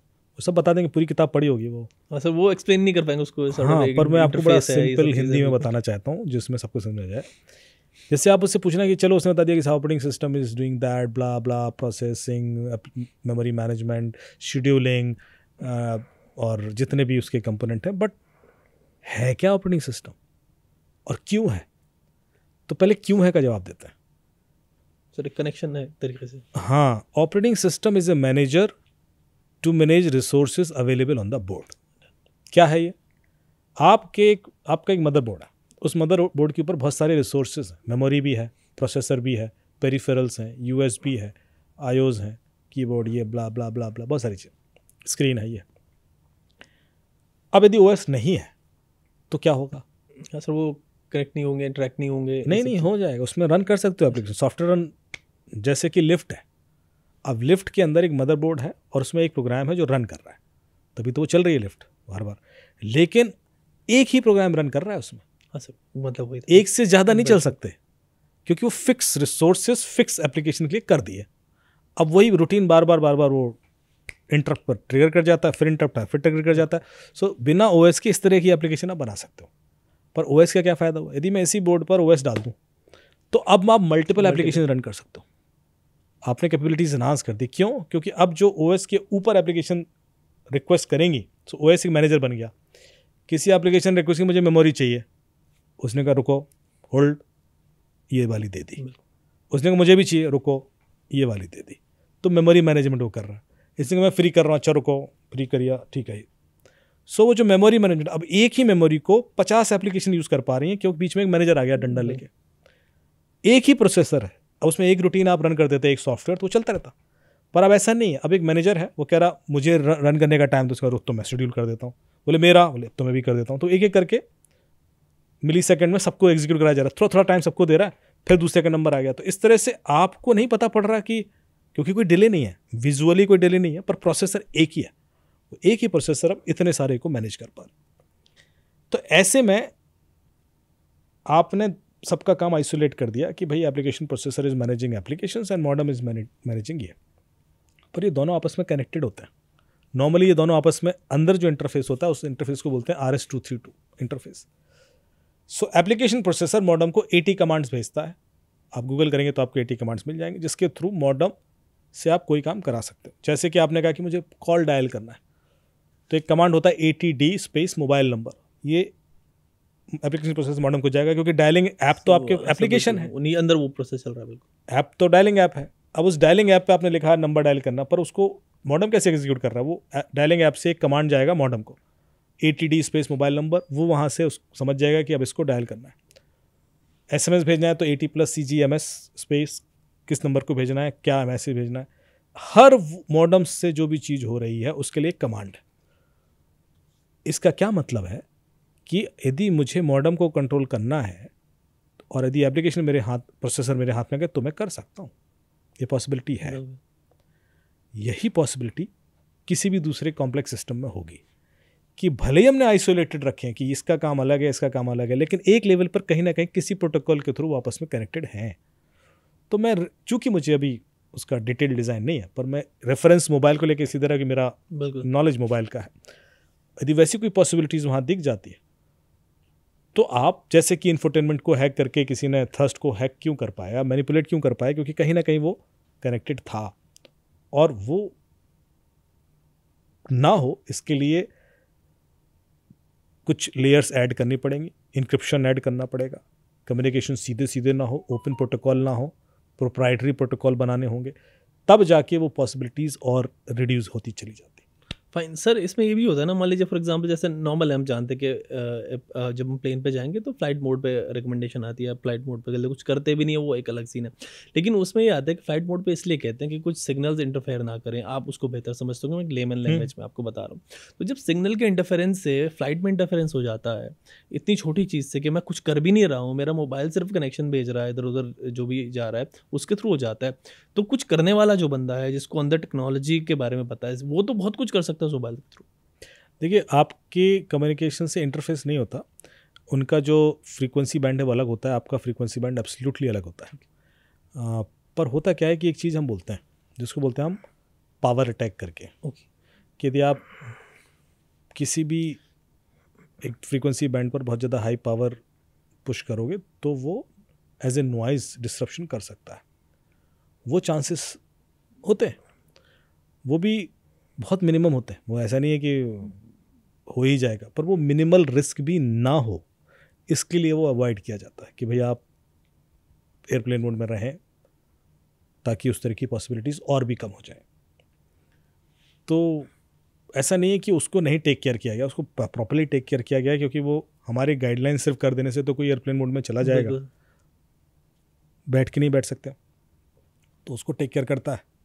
जो सिस्टम का सॉफ्टवेयर है या सिस्टम का जो आर्किटेक्चर है वो ऑलरेडी वैसे बनाया गया है कि कोई भी फ्रीक्वेंसी, चाहे वो इंटरनल कम्युनिकेशन सिस्टम की हो चाहे वो एक्सटर्नल कम्युनिकेशन सिस्टम की हो, सेम बैंड पर होगी ही नहीं, कभी भी नहीं होगी।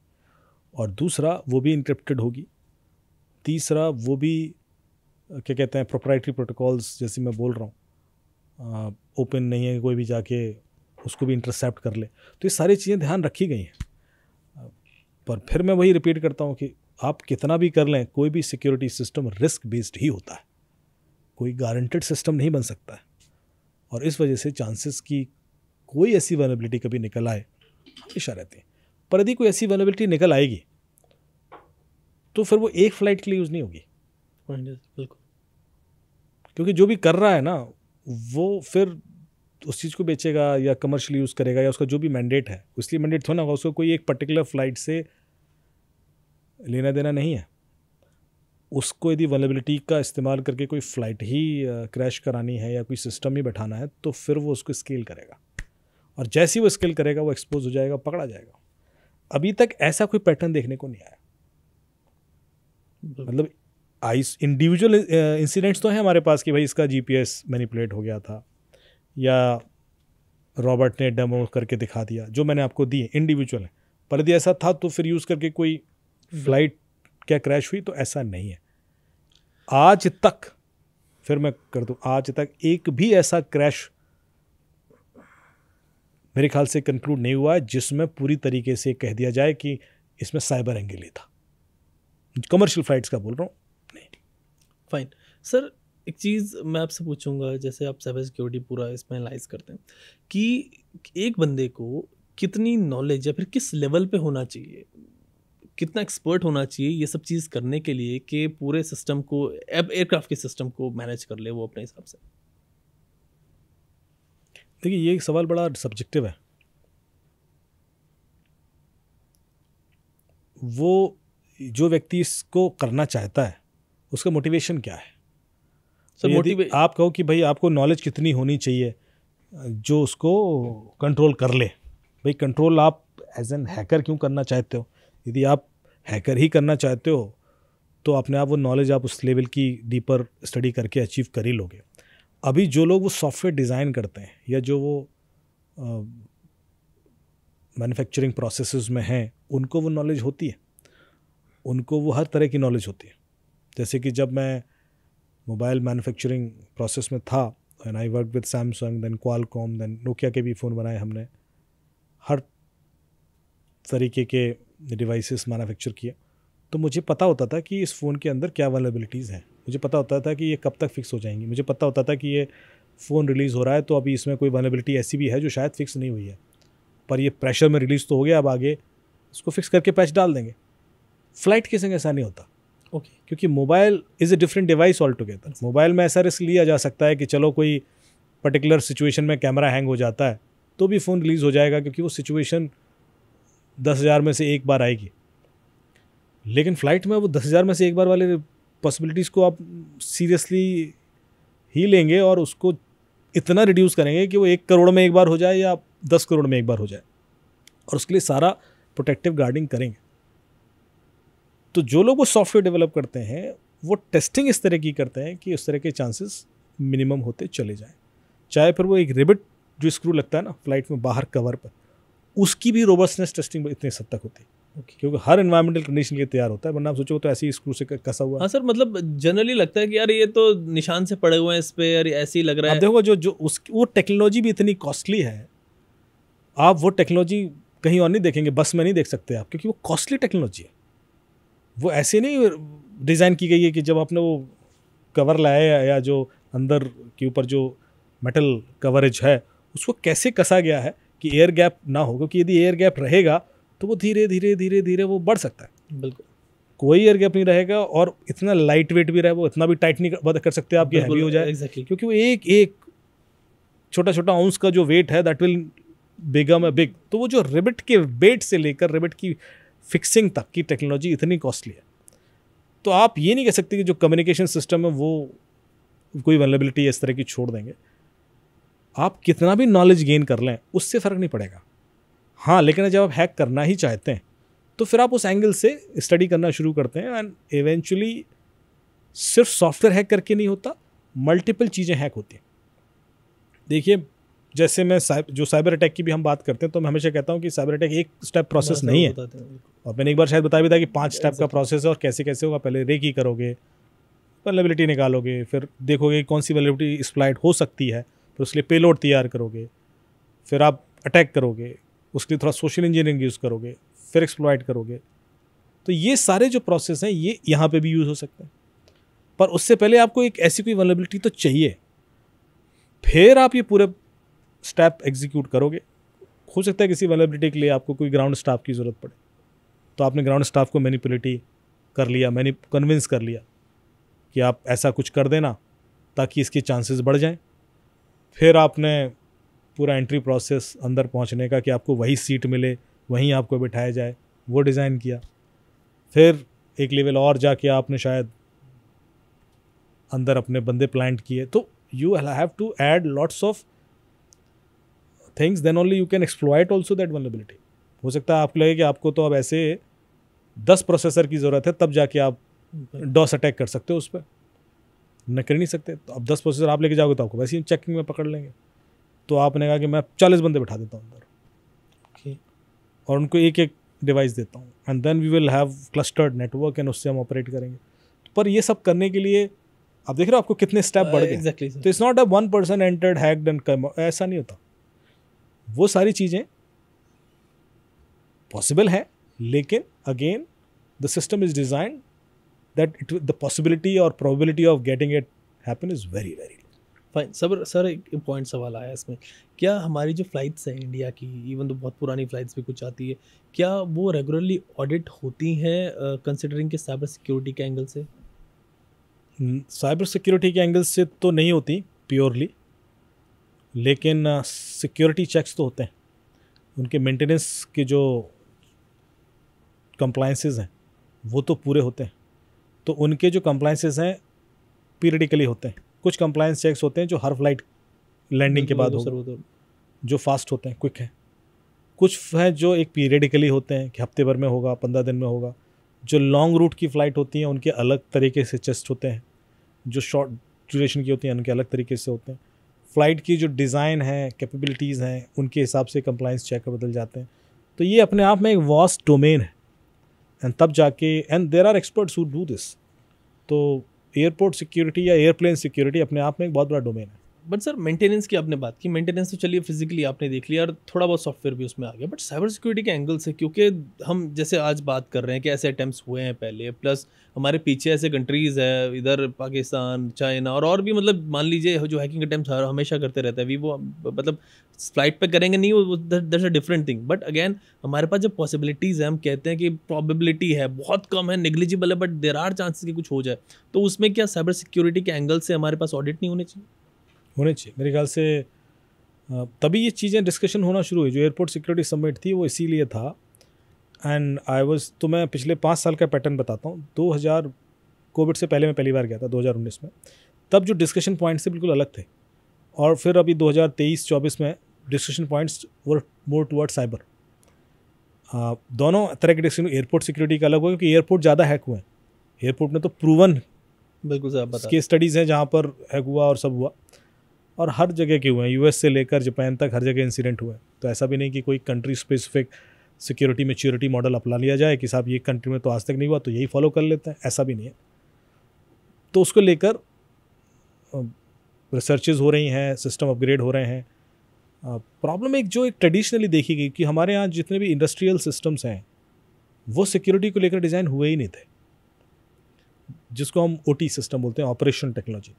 एक उसके अंदर एक कम्युनिकेशन इनक्रिप्टेड नहीं होता, दूसरा वो लो पावर सिस्टम्स होते हैं, तीसरा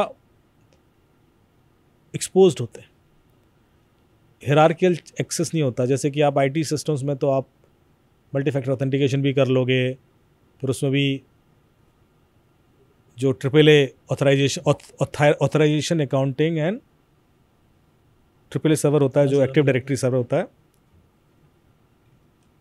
ऑथेंटिकेशन, ऑथराइजेशन एंड अकाउंटिंग, ये 3 चीज़ें चेक करते हैं आप। ऑथेंटिकेशन मतलब कि ये बंदा यही है जिसको एक्सेस देना है, कोई दूसरा तो नहीं है। ऑथराइजेशन का मतलब है क्या इसको इन चीज़ों का एक्सेस देना है। जैसे हो सकता है उसको एक्सेस सिर्फ इसी चीज़ का दिया जाए कि वो एंट्री कर सकता है, मैनिपुलेट नहीं कर सकता, डिलीट नहीं कर सकता, चेंज नहीं कर सकता, तो उसको सिर्फ उतना ही एक्सेस मिलेगा। सो ऑथराइजेशन। फिर होता है अकाउंटिंग, कि किसने एक्सेस किया था और करके किया क्या था, तो उसका लॉग मेंटेन होता है कि अंदर आया था, अमित कुमार था, अयाज था, उसने फिर ये डेटा ऐड किया या डेटा चेंज किया क्योंकि उसको ऑथराइजेशन था, और उसके बाद ये फील्ड चेंज करके गया है। जब किया उसका समय, डेट, टाइम, लोकेशन सब लॉग होगा। तो इस तरह की जो ओटी सिस्टम्स हैं उसमें सब नहीं होता। ओटी सिस्टम में जो इंडस्ट्रियल कंट्रोल सिस्टम्स हैं, तो वहाँ पे मान लो एक्सेस सीधा दे दिया तो सबको मिल गया वो एक्सेस, और वो एक्सेस पर्सन स्पेसिफिक नहीं है, एक ही लॉगिन पासवर्ड सब यूज़ किए जा रहे हैं। अब ऐसे में क्या होता है, रिस्क बढ़ गया। कोई भी एक इनसाइडर थ्रेट होगा, वो जाके पूरा सिस्टम टेक डाउन कर सकता है, डेटा भी चुरा सकता है, मैनिपुलेट भी करेगा, और फिर आप जब इन्वेस्टिगेशन करोगे तो आपको कुछ पता भी नहीं पड़ेगा कि किसने किया। तो ये सारे चैलेंजेस रहते हैं जो ओटी टेक्नोलॉजी में। और एयरपोर्ट सिक्योरिटी या एयरपोर्ट के सिस्टम में बहुत सारा ओटी यूज़ होता है। और ये तो मैं एक चीज़ बोल रहा हूँ, जो पोर्ट है जहाँ पर शिप्स आते हैं वहाँ तो इससे ज़्यादा ओटी यूज़ होता है। So OT security has become a much bigger challenge for ports, for airports, for energy sector, for hospitals, for any other logistics company, क्योंकि जहाँ पर प्रोसेसिंग सारी OT बेस्ड, कुछ नहीं तो कन्वेयर बेल्ट ही चल रही है, पैकेजिंग हो रही है, नंबर स्कैन हो रहा है, ये सब हो रहे हैं, सब OT है। कुरियर कंपनीज हैं, बहुत सारी चीज़ें उनकी ऑटोमेटेड है डिवाइसेस के थ्रू, फिल्टरिंग है, वेट सिस्टम है, या साइज सिस्टम है, बहुत सारी चीज़ें हैं जो कैमरे वैमरे लगा रखे हैं उन्होंने। 3D वो पैकेज आता है, उसका वेट निकालते हैं, साइज़ निकालते हैं, और उसके हिसाब से फ़िल्टर कर देते हैं कि इसकी क्या बिलिंग होनी, क्या होनी। अब ये सारा ऑटोमेटेड है। यदि यही डिसरप्ट हो गया तो लाखों का नुकसान हो सकता है। यही डिसरप्ट हो गया तो गलत चीज़ भी पास ऑन हो सकती है। तो जितना भी OT है उसके अंदर के कम्युनिकेशन सिस्टम ट्रेडिशनली बहुत सिक्योर नहीं थे, और अब उनको लेकर बहुत ज़्यादा डिस्कशन शुरू हुए, सिक्योरिटी होना शुरू हुआ। लेकिन ये ट्रांजिशन फेस है, इसलिए वो रिस्क OT टेक्नोलॉजी पे ज़्यादा है। फाइन, तो वो एक बहुत बड़ा कारण है, मैंने हिंट दे दिया है कि वो बहुत बड़ा कारण है कि जब क्यों एयरपोर्ट पर ज़्यादा इस तरह के चांसेस हैं, या एनर्जी सेक्टर में या पोर्ट पर जो भी इतना एक्सपोज हुए नहीं है, पर I am sure very soon you will have that to in public. Sir क्या फ्यूचर में एयरक्राफ्ट अलग तरह से नहीं हो जाएंगे ये सब चीज़ जिस तरह से हम देख रहे हैं? मतलब we would want to discuss in length, ये सब बाद में डिस्कस करेंगे। छोटी सी प्रोबेबिलिटी यही कि जिस तरीके से कुछ एनिमेटेड वीडियोस में आता है कि मान लीजिए क्रैश हो गया, पीछे की बॉडी निकली और कोई स्पेस में रॉकेट्स ले लीजिए, पैराशूट कुछ ऐसी टाइप ले लीजिए, वो लेके एयरक्राफ्ट को कहीं और चले गए। कुछ ऐसी चीज़ें लग रहा है आगे जाके चीज़ें आ जाएँ ताकि और सेफ हो एयर ट्रैवल भी, क्योंकि एयर ट्रैवल ही एक ऐसी चीज़ लगती है, इवन दो लोग ये कहते हैं कि भाई अनसेफ हो जाता है, अनसेफ नहीं, प्रोबेबिलिटी के हिसाब से तो सबसे सेफ है। ये भी कहते हैं कि कार जो क्रैश होती है, एक्सीडेंट होता है, उसकी प्रोबेबिलिटी ज़्यादा होती है, बस की प्रोबेबिलिटी ज़्यादा होती है, और एयरक्राफ्ट की कंसिडरिंग इतने चलते हैं वो बहुत नेग्लिजिबल होती है। 1 करोड़ में से एक नहीं, हाँ, तो इसमें कम होती है। 1 करोड़ फ्लाइट जब, लेकिन बस दिक्कत इसमें ये होती है कि अगर क्रैश हो गई तो आपके चांसेस बचने के नेग्लिजिबल है, से मिराकुलस वो एक बचा। तो क्या आगे जाके और रोबोट सिस्टम नहीं आएंगे, इस तरीके के सिस्टम आ सकते हैं जैसे एनिमेटेड वीडियोस में आते हैं? देखिए आप गौर से देखिए तो इवोल्यूशन तो हुआ है, रोबोट सिस्टम तो बने हैं, यदि आप पिछले 50-100 साल का भी एवोल्यूशन देखेंगे एयरक्राफ्ट या एरोप्लेन इंडस्ट्री का, तो इट हैज़ इम्प्रूव।